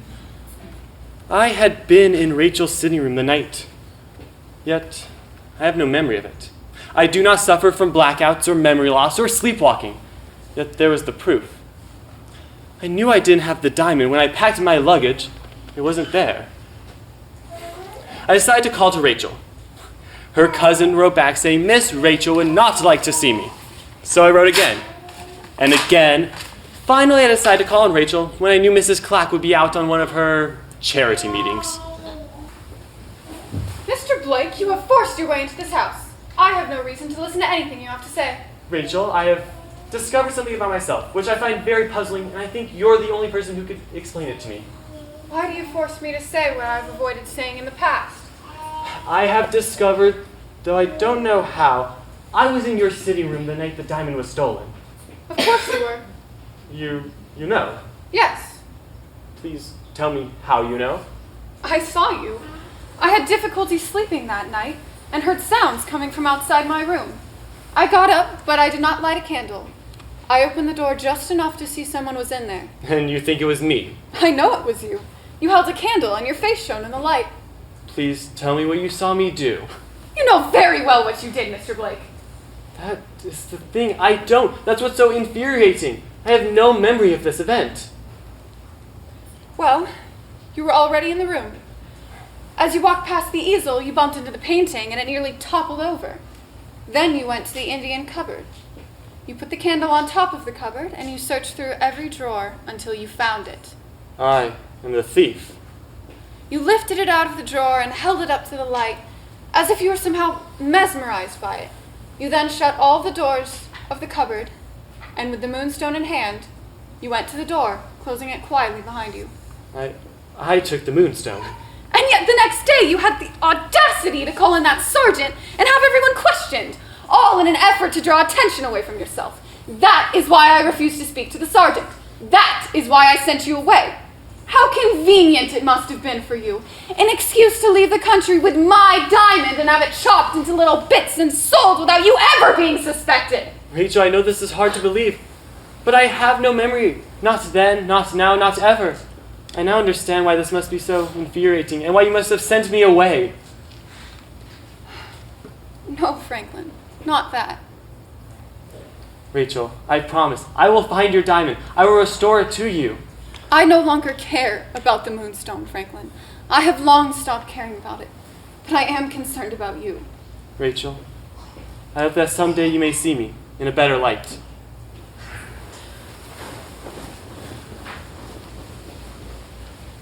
My mind was whirling with questions. I took the moonstone, but I have no memory of it. I returned to Yorkshire. Odd as it may seem, the answer would be found in Yorkshire. But it was someone who I hardly knew who would show me what happened on that very fateful night.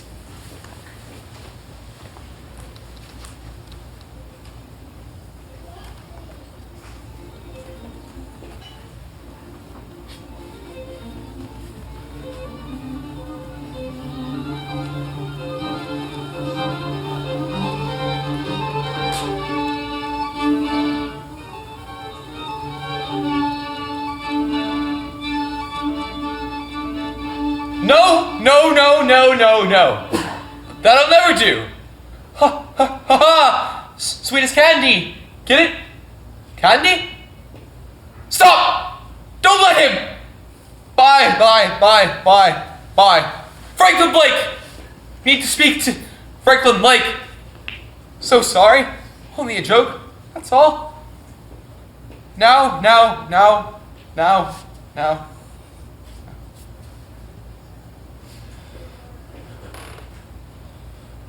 Although Dr. Candy survived his fever, left his body partially paralyzed and parts of his brain damaged, he was known to have lucid moments from time to time, but mostly he was trapped in a state of delirious confusion. The doctor often returned to his request to see Franklin Blake, so when I heard he was in London, I sent a letter to Mr. Betteridge at Verinder Hall in case Mr. Blake decided to pay him a visit. Sometime later, Mr. Blake himself showed up at Dr. Candy's home. Dr. Jennings, your housekeeper said you were here. Oh, Mr. Blake, you are here at last. Yes, I have spent a great deal of time with Dr. Candy as of late, although, to be honest, there's not much I can do for him medically. The good doctor was so kind as to take me on as his colleague when no one else would even consider a man such as myself. Mr. Betteridge says the good doctor has been asking for me. That is true, but before I take you in to see him, I must warn you. The good doctor is in quite a pathetic state, both physically and mentally. Mr. Betteridge explained everything to me. Such a terrible thing to happen to a person. He may or may not recognize you, Mr. Blake. All the same, I think what he can tell you will be the utmost importance. Come with me. Not a word of it! Not a word of it! Mal, Mal, Mal, Mal, Mal, Mal. Ha, ha, ha! Get it? It's a joke. Get it? Dr. Candy, there's someone here to see you? Franklin Blake. So sorry, so sorry, so sorry. Dr. Jennings, I'm sure you have nothing to be sorry about. Find Blake! Tell me the truth! Only a joke? Find Blake and tell him! Dr. Candy, this is Franklin Blake. 1,500 drams won't hurt him. 1,500 drams? If you'll find in the morning, good long sleep. I'll tell him the next day. Joke's on him. Make fun of my medicine. Only a joke. Meant no harm. My. So sorry.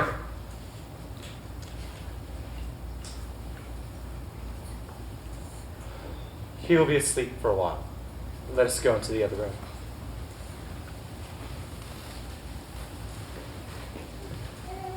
What does it all mean? Do you remember Dr. Candy teasing you at Miss Rachel's birthday dinner? About your not feeling well? Yes, I remember something vaguely like that. The doctor told you. There's a sleeping draught I have for that, Blake. Works like a charm, really puts out the lights. Ha ha! Get it? Puts out the lights? You adamantly refused, saying you not abide by these unnatural medicines that force sleep upon a person. Yes, I think I said something like that.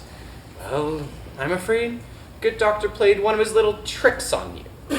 Except it wasn't little. I'm afraid it led to terrible consequences. What kind of trick? After dinner, I saw Dr. Candy walk into the front hall and take something out of his medical bag. Later, while the gentlemen were having brandy in the lounge, I believe he emptied the contents of that something into your drink while you weren't looking. Later that night, I went through his bag and found an empty bottle of laudanum. This is a draught that contains some opium. I believe the 1,500 drams Dr. Candy keeps repeating is likely the dose he gave you. I do remember sleeping rather deeply that night. It was not a natural sleep, Mr. Blake. Your body was unused to the laudanum and very susceptible to the opium. It would have had a very powerful effect on you. Such as sleepwalking. That, or other unusual behaviors. You were capable of doing just about anything that night and not remembering any of it the next morning. Thank you, Doctor. This explains everything. Yet, not everything.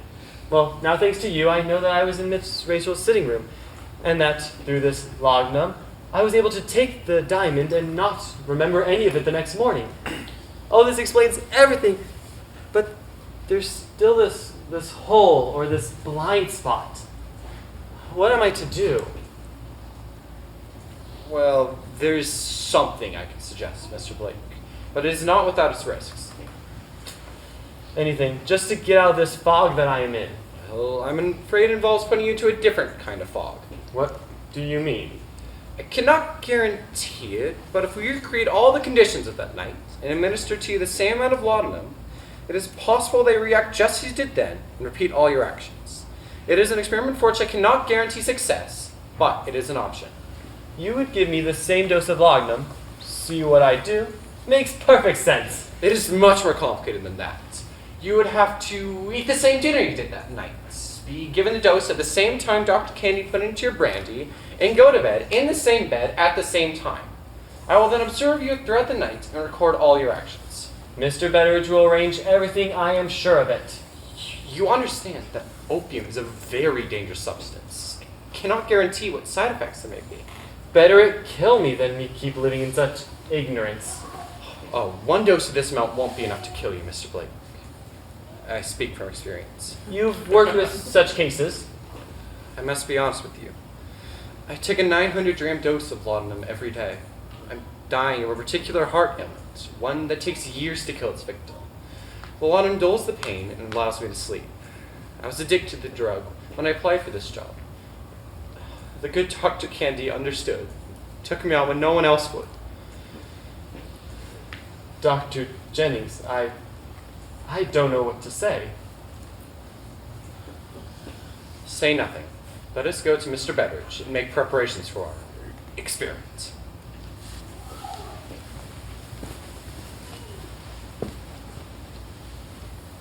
Only a joke! Get it? Only a joke? So sorry.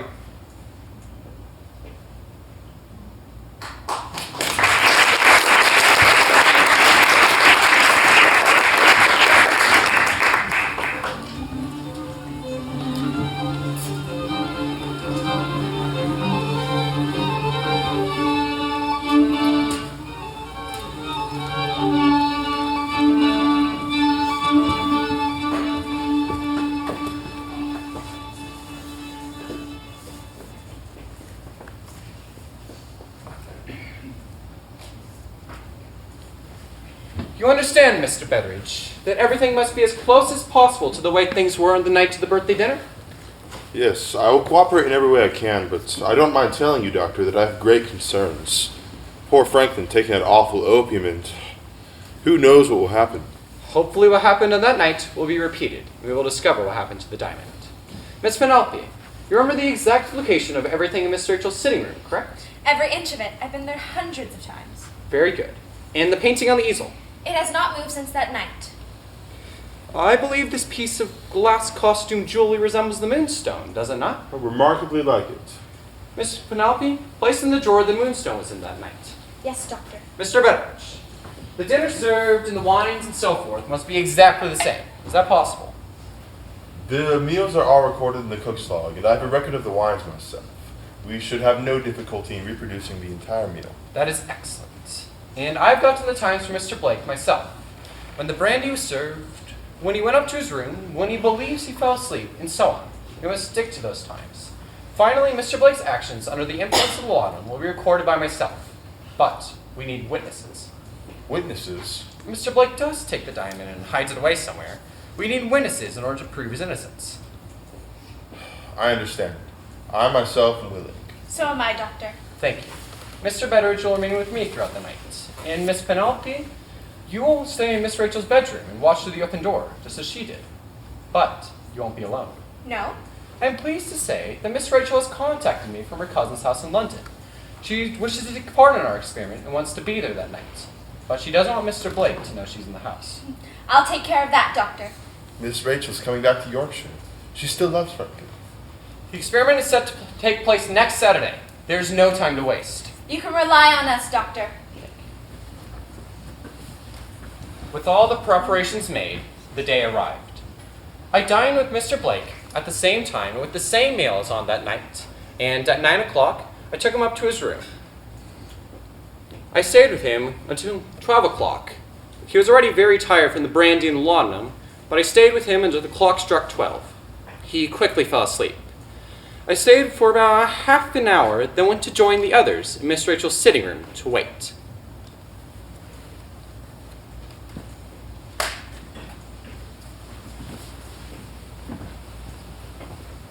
Do we know what time Franklin entered the room?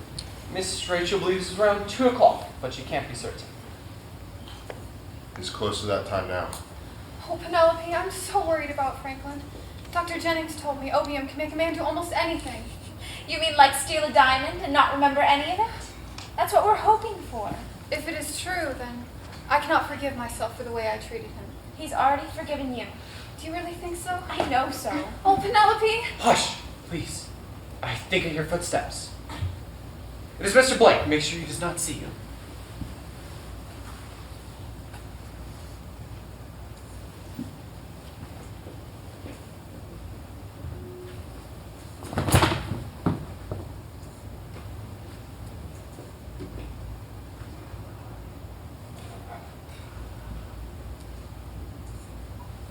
Franklin! I was afraid of this.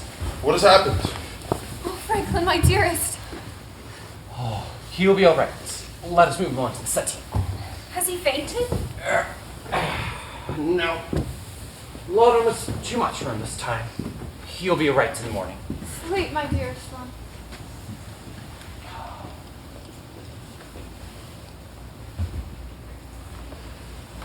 Mr. Betteridge, I fear my experiment has been a failure. Oh, not at all. We've proven that Franklin is not responsible for his stealing of the Moonstone. It is the laudanum that Dr. Candy gave him. That is true. But we still do not know what Mr. Blake did after Miss Rachel saw him leave the room. We know he was awake at least long enough to return to his room, but what else he did is still a mystery. In other words, what he did with the Moonstone afterwards is still a mystery. I don't care. Franklin is innocent in my eyes, and I love him.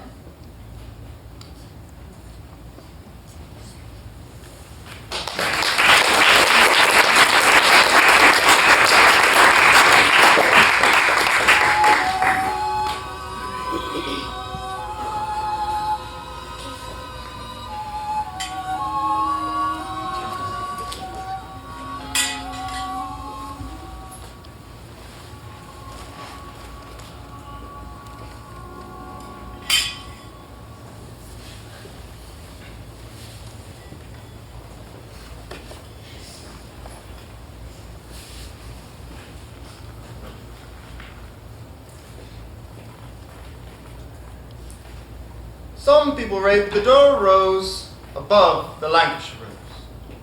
Some people are fools. Not only is the Lancashire far superior, but its history makes it arguably the noblest of all British flowers. I will gladly debate this topic, but I understand that it is my duty to relate the solution, the case of the Moonstone diamond, and so I shall.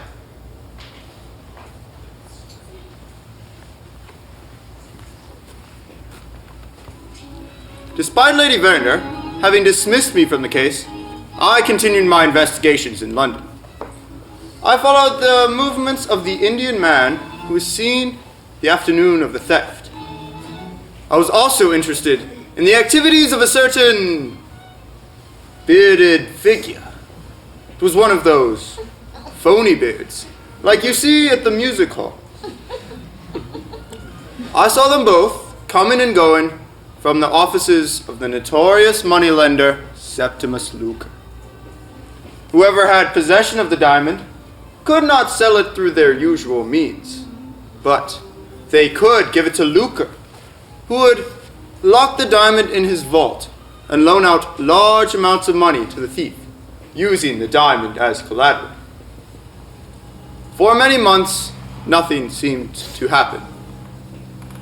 Luker, I imagine, was using the diamond to keep the thief on a string, so to speak.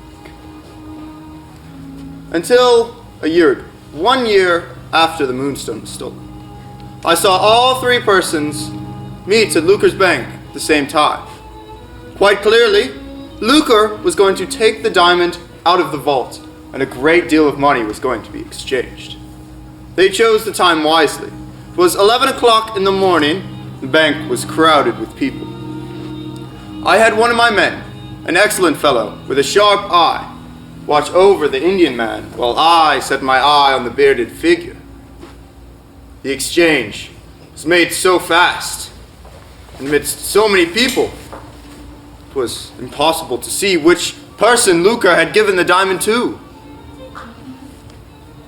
The Indian man was much too clever for my colleague, and he lost him within 10 minutes. But I was able to follow the bearded man for about an hour, until he went inside a tavern inside Camden Town.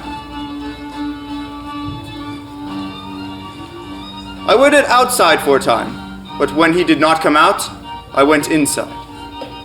There was no bearded figure to be found in the lounge or the bar, and the proprietor told me he'd rented an upstairs room to a man with a beard. At this point, I wanted to have the tavern surrounded by police, but I dared not leave the area in case the bearded figure left. After checking that there was no rear entrance to the tavern, I waited across the street, and I was amazed. Within less than 30 minutes, I was amazed to see the Indian man exit the tavern, disappear down the alleyway. Instead of following him, I instead went inside. I was, of course, too late. The man lay there, with his throat slit. His beard, upon closer viewing, was in fact a fake. I removed it to find the face of Godfrey Ablewhite.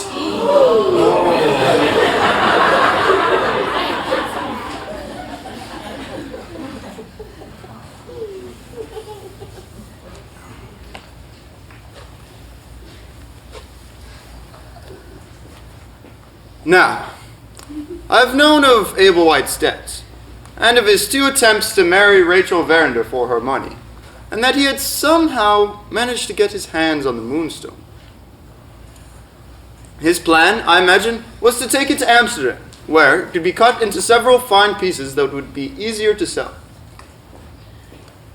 And now, from what I've learned from Dr. Jennings and his little experiment, I can also imagine how he got his hands on the Moonstone.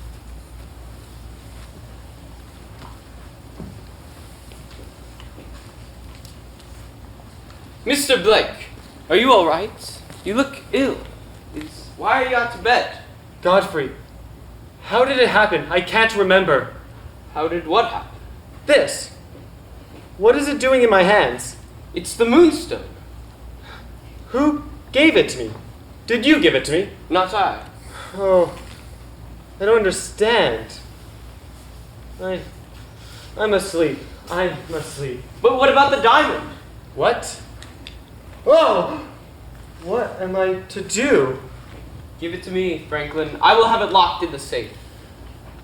You would do that for me? Of course. Here, take good care. Rachel loves it so. Ah, I must sleep. I must sleep.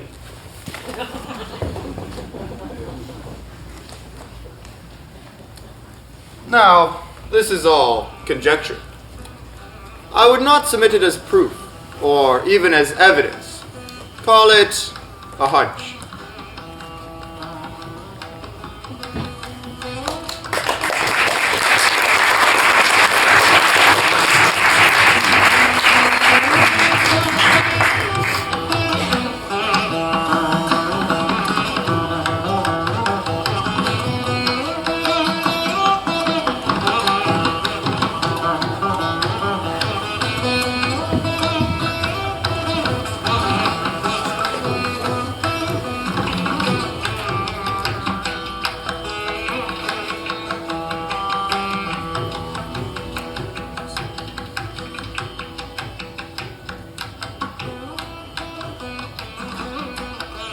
News of the murder of Godfrey Ablewhite made quite the sensation in London. But in Yorkshire, it brought light. And understanding. The fog had lifted, and Mr. Blake could see the truth. I never for a moment thought Franklin was the thief. I never thought Mr. Godfrey could be such a heathen. Despite what she said and did, I don't think Rachel ever stopped loving Franklin. I never stopped loving him, even when I was convinced he was the thief. I still say Franklin Blake is a murderer for the effect he had on Rosanna. I still cannot forgive myself of my little practical joke. And so the case of the Moonstone diamond is closed. And life went on. Rachel accepted Franklin's hand in marriage. And they lived together at Verinder Hall, the only place where Rachel was ever truly happy. Gabriel Betteridge was happy serving out his days at Verinder Hall, once again with the full staff. -1, Penelope Betteridge, who married and moved to Shropshire. Miss Clapp discovered many new charitable organizations which dispense the most enlightening brochures. Dr. Candy was finally relieved of his miserable life and died peacefully that fall.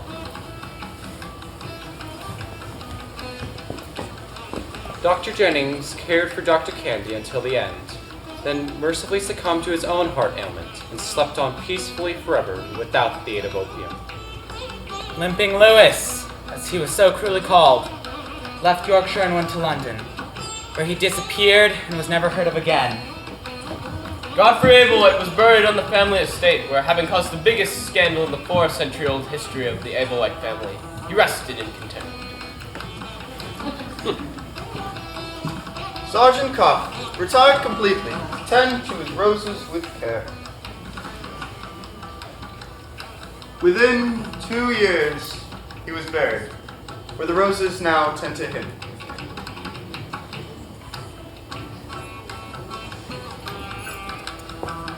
The Moonstone was returned to Seringapatam, India, where it was placed on the statue of Chandra, the Hindu god of the moon.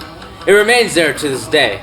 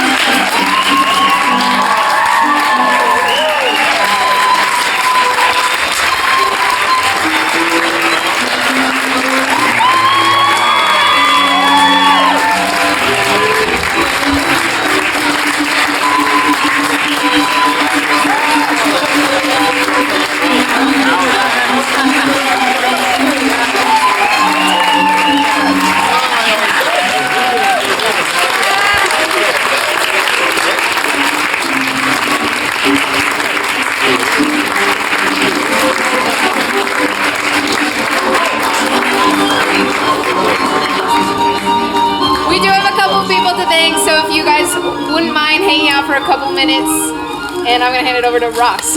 Okay, so first of all, we would not be able to have this show without this beautiful venue.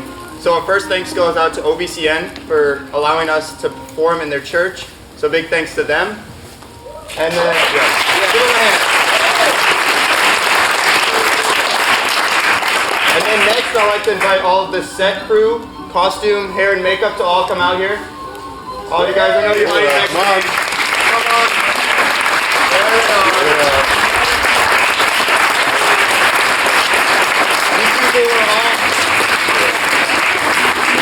These people are all behind the scenes making everything possible. All these amazing facial hair, makeup, set stuff, everything. It's all them. So well done to them.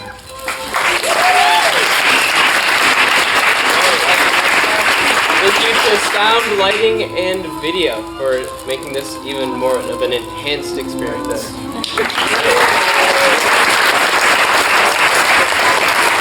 And we would also like to thank Mrs. Simmons, who was so gracious when she provided all of the adjustments to all of these dresses to make them look amazing. Mrs. Simmons, thank you so, so much.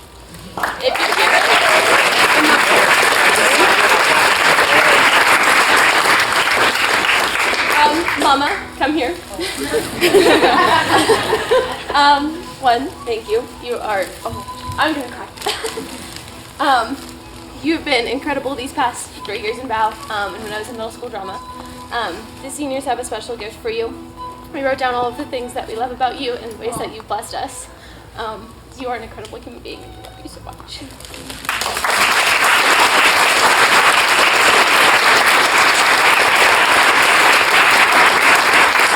So, I have the honor of thanking our director, who this wouldn't have happened without him. So, Mr. Simmons, please come on down.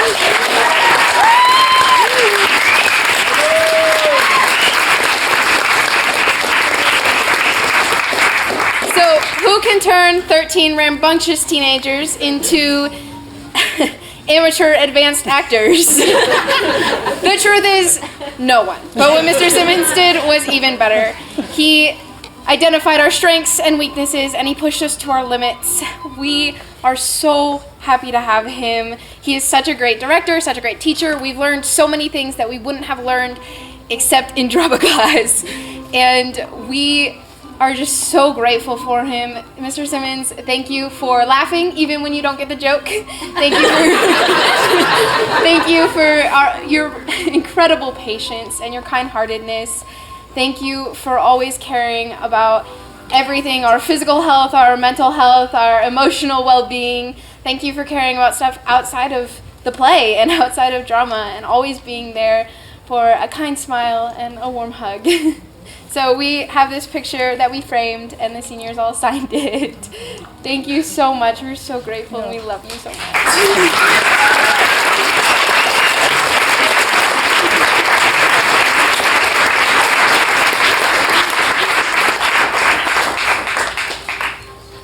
So, we have prepared some gifts for our lovely seniors.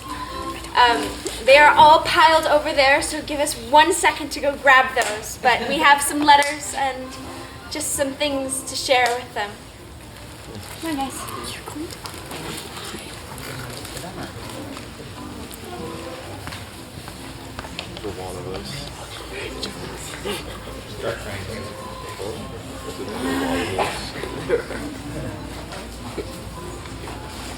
There's 8 of us, so there's quite a bit. I have the pleasure of blessing Matthias.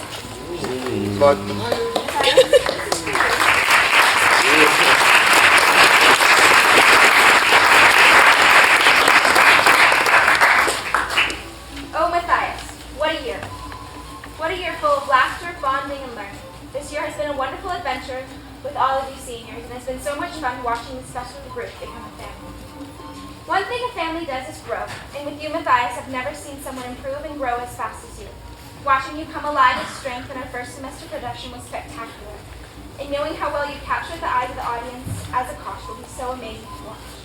I'm not ready for you guys to leave because this team has made an impact in my life. I will never forget your jokes and your gritties, or even you arguing with Ross how football is called soccer. It's football. I'm so excited for your new adventure, but I'm sad to see you go. Logan, Kayla, Judah, and Lily and I are going to make a tradition to watch all your new YouTube videos and sing epic songs of karaoke in your honor. Matthias, you will forever be one who has shown the most progression and devotion to dedicating yourself to a craft. We are so proud of you. Now, if I can give you any encouragement or advice, please take this to heart. The day you leave this team will be one of the saddest days, but I want you to continue to give everything your all. Never falter and keep your head up high with confidence. Remember to stay close with your family and don't forget to call on your friends. Don't forget that we will always be a second family to you. Most important, remain steadfast with your relationship with Christ. Rely on Him. Praise Him. Never forget that He is there for you. Jeremiah 29:11-13 says, "For I know the plans I have for you, declares the Lord. Plans for welfare and not for evil, for a future and a hope. That you will call upon me and come and pray to me. I will hear you. You will seek me and find me when you seek me with all your heart." Matthias, engrave these words in your heart. Never lose sight of Him. He will take care of you and never cease to love you. Thank you, Matthias, for bringing joy to Val. Thank you for your dedication and your quick wit. Thank you for never failing to be yourself. You are so loved and will be incredibly missed.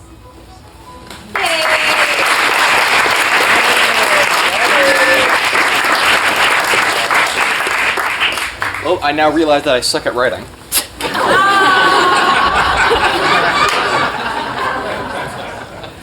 I am blessing my boy Charlie. Oh! So, Charles Kane the Third, Esquire. I met Charles this year in Bow, and I had no idea who he was or why he acted kind of strange all the time. More on that later. It's not true. I was not expecting the sheer brilliance in acting that came pouring out of his pores.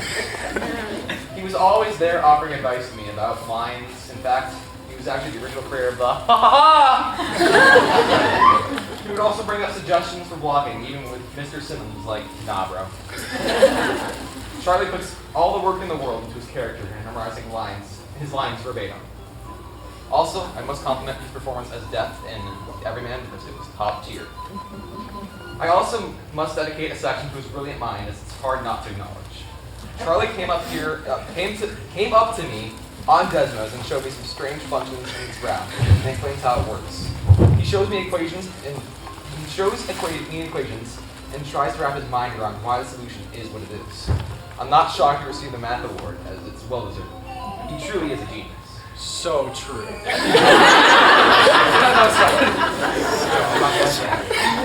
Alright. Charlie, I'm gonna miss the days of working together as the two doctors.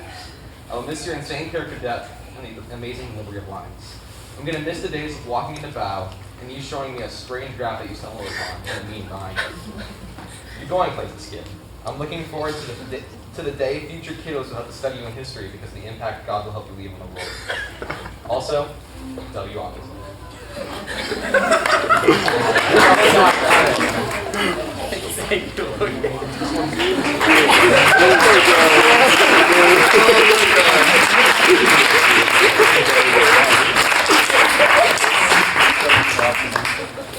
And I'm not done yet. Because now I got Kyle. My man. I did not make a new this elegant name for you. Oh. Kyle Dent. I met Kyle last year in intro, halfway through the year. We instantly were able to play off each other in improv and the two-person scenes we did. Later in the year, he, Charles, and Andrew needed an extra, so I was pawned the name Silent Scotty. Through all these fun times in intro, we became good friends. Kyle would say hi to me in the hallways and mess around during class, to Mr. Simmons' dismay. In Bow, we've been able to mess around, doing such things as to run all those "sir" in the wrong way to make Ross freak out. We've done the super secret epic Bow handshake and played Game Pigeon when nothing important was happening. Outside of drama, Kyle has offered me advice to make senior year easy and help me figure out homework for this year. He's the guy who will get you hyped up for tech weekend shows, and he's the guy who can be serious when you need him to be. He is kind, gentle, and despite his tough and epic appearance, I am lucky to have gotten to know him as this amazing actor and funny dude. Kyle, I have had so much fun with you in Bow. You're an amazing actor and yet an even better friend. You have helped me through some hard times, and I can't thank you enough for that. I'm excited to see what God has you in store in the future as you go into business, which honestly fits you perfectly. I hope you use your five wits to shepherd you with God's guide to a better edged life. I'll miss you, boss man.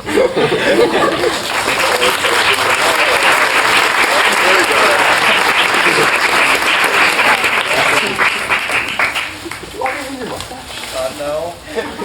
Sure. So I have the honor of blessing Charles. Give me 1 second, I'm so sorry. It's in there. Somewhere. Where's that letter It's go? the paper. It's the folder. It's right there. I checked. No, it's not. No, it's not. No. That was. Here we are. found it. Yeah. Okay. Charles, I've known you since I was a little girl, but I don't think we ever really talked that much until this year. I was just really knew you as the really smart guy who did well in school. But now I know you as one of my closest friends. The first day we hung out, though, I knew we had hit it off because you were such a good person and have so much more to you than just intelligence. You coming into my life has changed me for the better. You are absolutely brilliant, and I don't need to even elaborate on that because you are the literal valedictorian of your class. You are insanely smart. I cannot tell you how much I appreciate advice or help on whatever I tell you about, whether it be something small or something really significant. You are so kind to everybody no matter what they've done or how they treat you. You have a sense of gentleness and warmth about you that I don't think I will ever be able to understand because I have never met someone as patient as you. You are so forgiving and loving and such a good companion, and for most people that is not the case because that is a challenge for them. I will never forget the days where you make me giggle absolutely hysterically with stupid jokes you tell, and the days I don't want to talk to anyone because I'm in low spirits and you make those days better. I'm so glad you joined BOW because I know I can speak for the whole team in saying you have made a difference with your patience, kindness, and respect towards others. I believe in you, and so does everyone here on the stage tonight. I love you so much, Charles, and I know you're going to do fantastic things.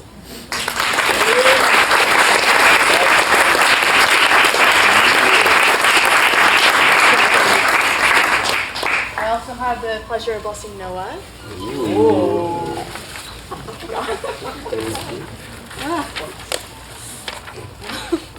Noah, ever since 7th grade, I enjoyed getting to know you more each year. You were one of my only real friends in middle school, and I appreciate that so much because that was when I needed a friend the most, because middle school was awful for me. You treated people with the utmost compassion and don't judge anybody. I've loved being about with you because you are lively, fun, and eccentric. I love all the weird things you do, like how you put too much ketchup on your fries and call it normal. You make the funniest comments, and sometimes even when you're trying not to, and then I can't stop laughing.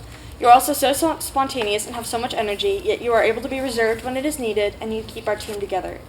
You are so talented in all of your abilities, and you are one of the only people I know who can thrive under stress, and that is something I wish I could do.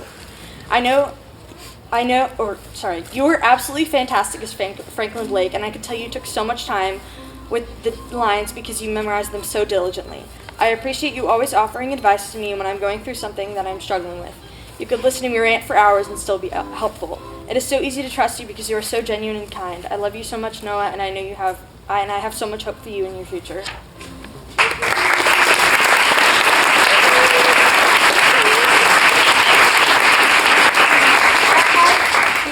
Blessing Kaylee. Oh, no. It's a little strange to think that you're graduating because I grew up seeing you around all the time, but it has been such a blessing to get to know you this year during BOW and to see how much you've grown and to get closer to you. You are a beautiful person, both inside and out. You are the energy and excitement behind every single BOW show, and you're someone who is committed to making every performance and every character the best it can possibly be. There is a wonderful and captivating way that you portray every character, and there is nobody who could have done Miss Clack better than you. That was fantastic. It is such a joy to watch you perform. Thank you so much for being the person who picks this team up when we really need it, for giving us encouragement when we're falling apart, for never ever failing to make us laugh. You have such a chaotic and goofy sense of humor. But you know when to be serious, and you help us realize when we need to focus and when we need to pay attention. You have a God-given passion and spirit, and I know that no matter where you go or what path you take, people are going to see that, and people are going to be blessed by you. Kaylee, you are fearfully and wonderfully made. You are precious. We love you. We're going to miss you. Yeah.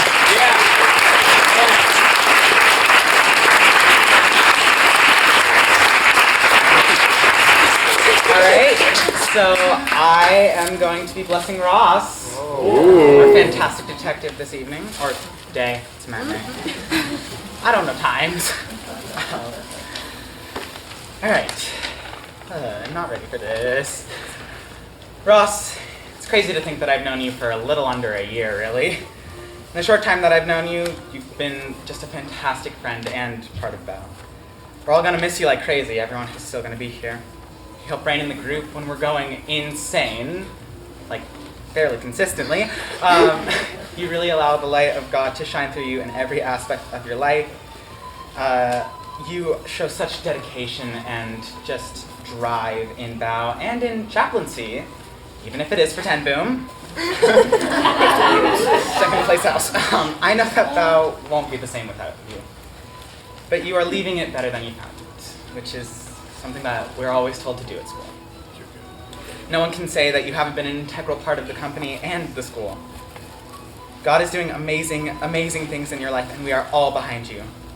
I know Tech Week won't be as fun, and I know we who aren't graduating will find it weird to walk into class and not see just this tall person with blonde hair just standing there smiling, greeting us, getting us excited for class. where was I? As much as we're all going to miss you, we know that you are moving on in life. You're always going to be part of this company.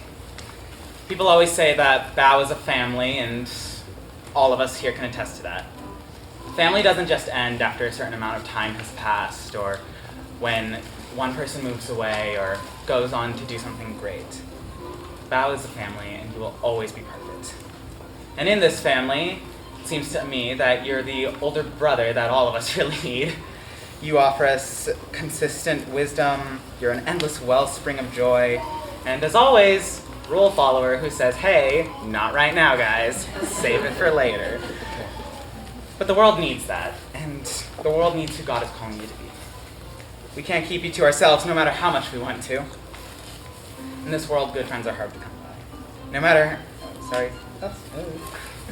but you are truly a diamond in the rough in that sense. In the time I've known you, I've been sharpened, as Proverbs 27:17 says. You show people how to have fun and honor themselves and God at the same time. Keep doing that. You're a hero to me in your own way. You inspire me every day to be more Christ-like than I was the day before. Gosh, and that's just how you live. I can't wait until we meet again someday, maybe next Tech Week or something like that. Until then, you're going to be doing the Lord's work. Because the guy's going on a missions trip. That's insane. That's really cool. You have such a heart for people who haven't heard the word of God, and that is truly a gift. Keep using the gifts God has given you and keep being so kind and fantastic. Also, I can't wait till people are getting frustrated because they can't beat you in chess, and then I'll say, hey, I was in high school theater with him. I couldn't even beat him in chess. I don't know how to play.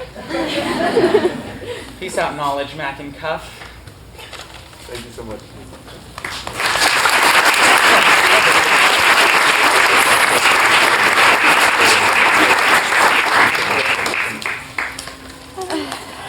I don't even know what to say. These are for you. All your incredible years in Bow.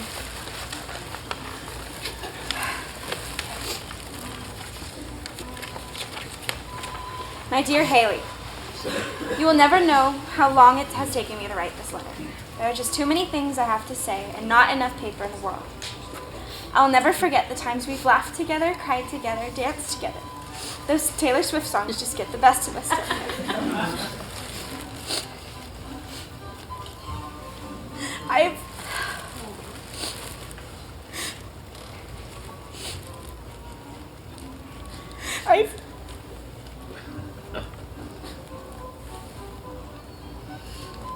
It's one paragraph in. Come on, Lord, give me strength. I have known you since day one in Bow. I remember being a little terrified after my audition, curious if you guys were always going to be intimidating and harsh. But after that first day, sophomore year, I knew this was going to be my new little family. You have made me feel loved and cherished. You have made me feel heard and laugh, and you make me laugh and cry happy tears. There are so many things you have done, but the most important ones may be how you've made me into a leader. You have taught me to be loving and patient to others when frustrated. You have taught me to trust in the Lord and shoo away the devil when I doubt and am insecure. You've taught me things I will never ever forget, and I will share with our new little Bow members. Okay, Miss Sticky, you're the glue. Thank you for continuing to bond this family together. You always seem to know what to do. You're always ready to give out a warm-up, and you never fail to help and encourage. And you have the guts to give orders and get everyone back on track when we become a bit rowdy and derail from whatever poor Mr. Simmons is trying to tell us. Thank you for putting your all into your costumes and doing your best to make everyone feel beautiful and ready for the show. Oh, Haley, who am I going to go to when I need you? I can't accept there will be no more late nights talking in Noah's car or getting really personal when we have to squeeze each other into our costumes. Who will I battle all these layers with? Who's going to be the glue? Who's going to do the bloop bloop? When we warm up, you have changed Bow, and Bow might never be the same when you're gone. I guess I should thank you for your commitment and dedication to this team, but I don't want to. Because in this case, saying thank you is going to mean that it's over. It's too similar to goodbye. I love you, Haley. I will come to see you in Colorado, and I will pester you and text you all the time. Your time in high school is quickly coming to an end, but he will continue to make memories because friendship like ours will never die. Yes, that's incredibly sappy, but it's true. We are Monica and Rachel, Dory and Marlon. We are Han Solo and Chewbacca. What I'm saying is that Val has made us sisters, more than friends. I will miss you terribly, but I hope this relationship we have created over the past 2 years will last forever. I love you, Haley. Never forget about me in college. And if you don't come to the next show, I may hurt someone. You have made my bow experience unforgettable. I'll keep you in my prayers for always. I love you, hun.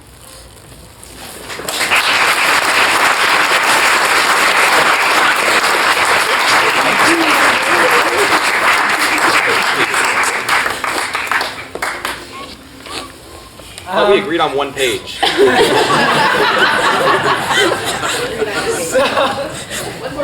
It's one page in little font.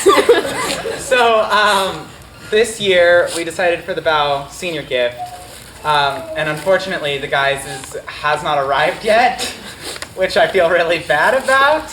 But girls, if you want to see what we got, guys, you guys have something that sort of matches but doesn't. So go ahead and pull them out. Right. You guys have signed posters of this year's shows. If those are not up in college, we will fight you. And then we also have bracelets that you guys can wear. They say Thou 23. They have an inscription of some part of you that has been a part of us, really. Kyle, your humor has been integral to this year. All of you guys have just made such a difference. Oh, that's a necklace. I thought it was a bracelet. It's a bracelet. Okay, I'm blind. It's a bracelet. Okay. I'm kind of blind. We're gonna miss you guys so much. We love you guys.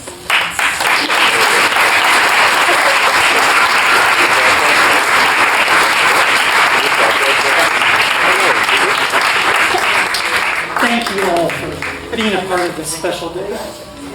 We are going to miss these seniors, but we have been so blessed to have them with us.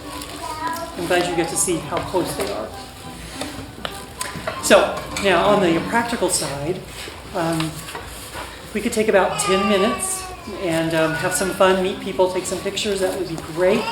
But unfortunately, after that, we've got to get out of costume and start striking everything and getting it packed up. So thank you so much for being with us.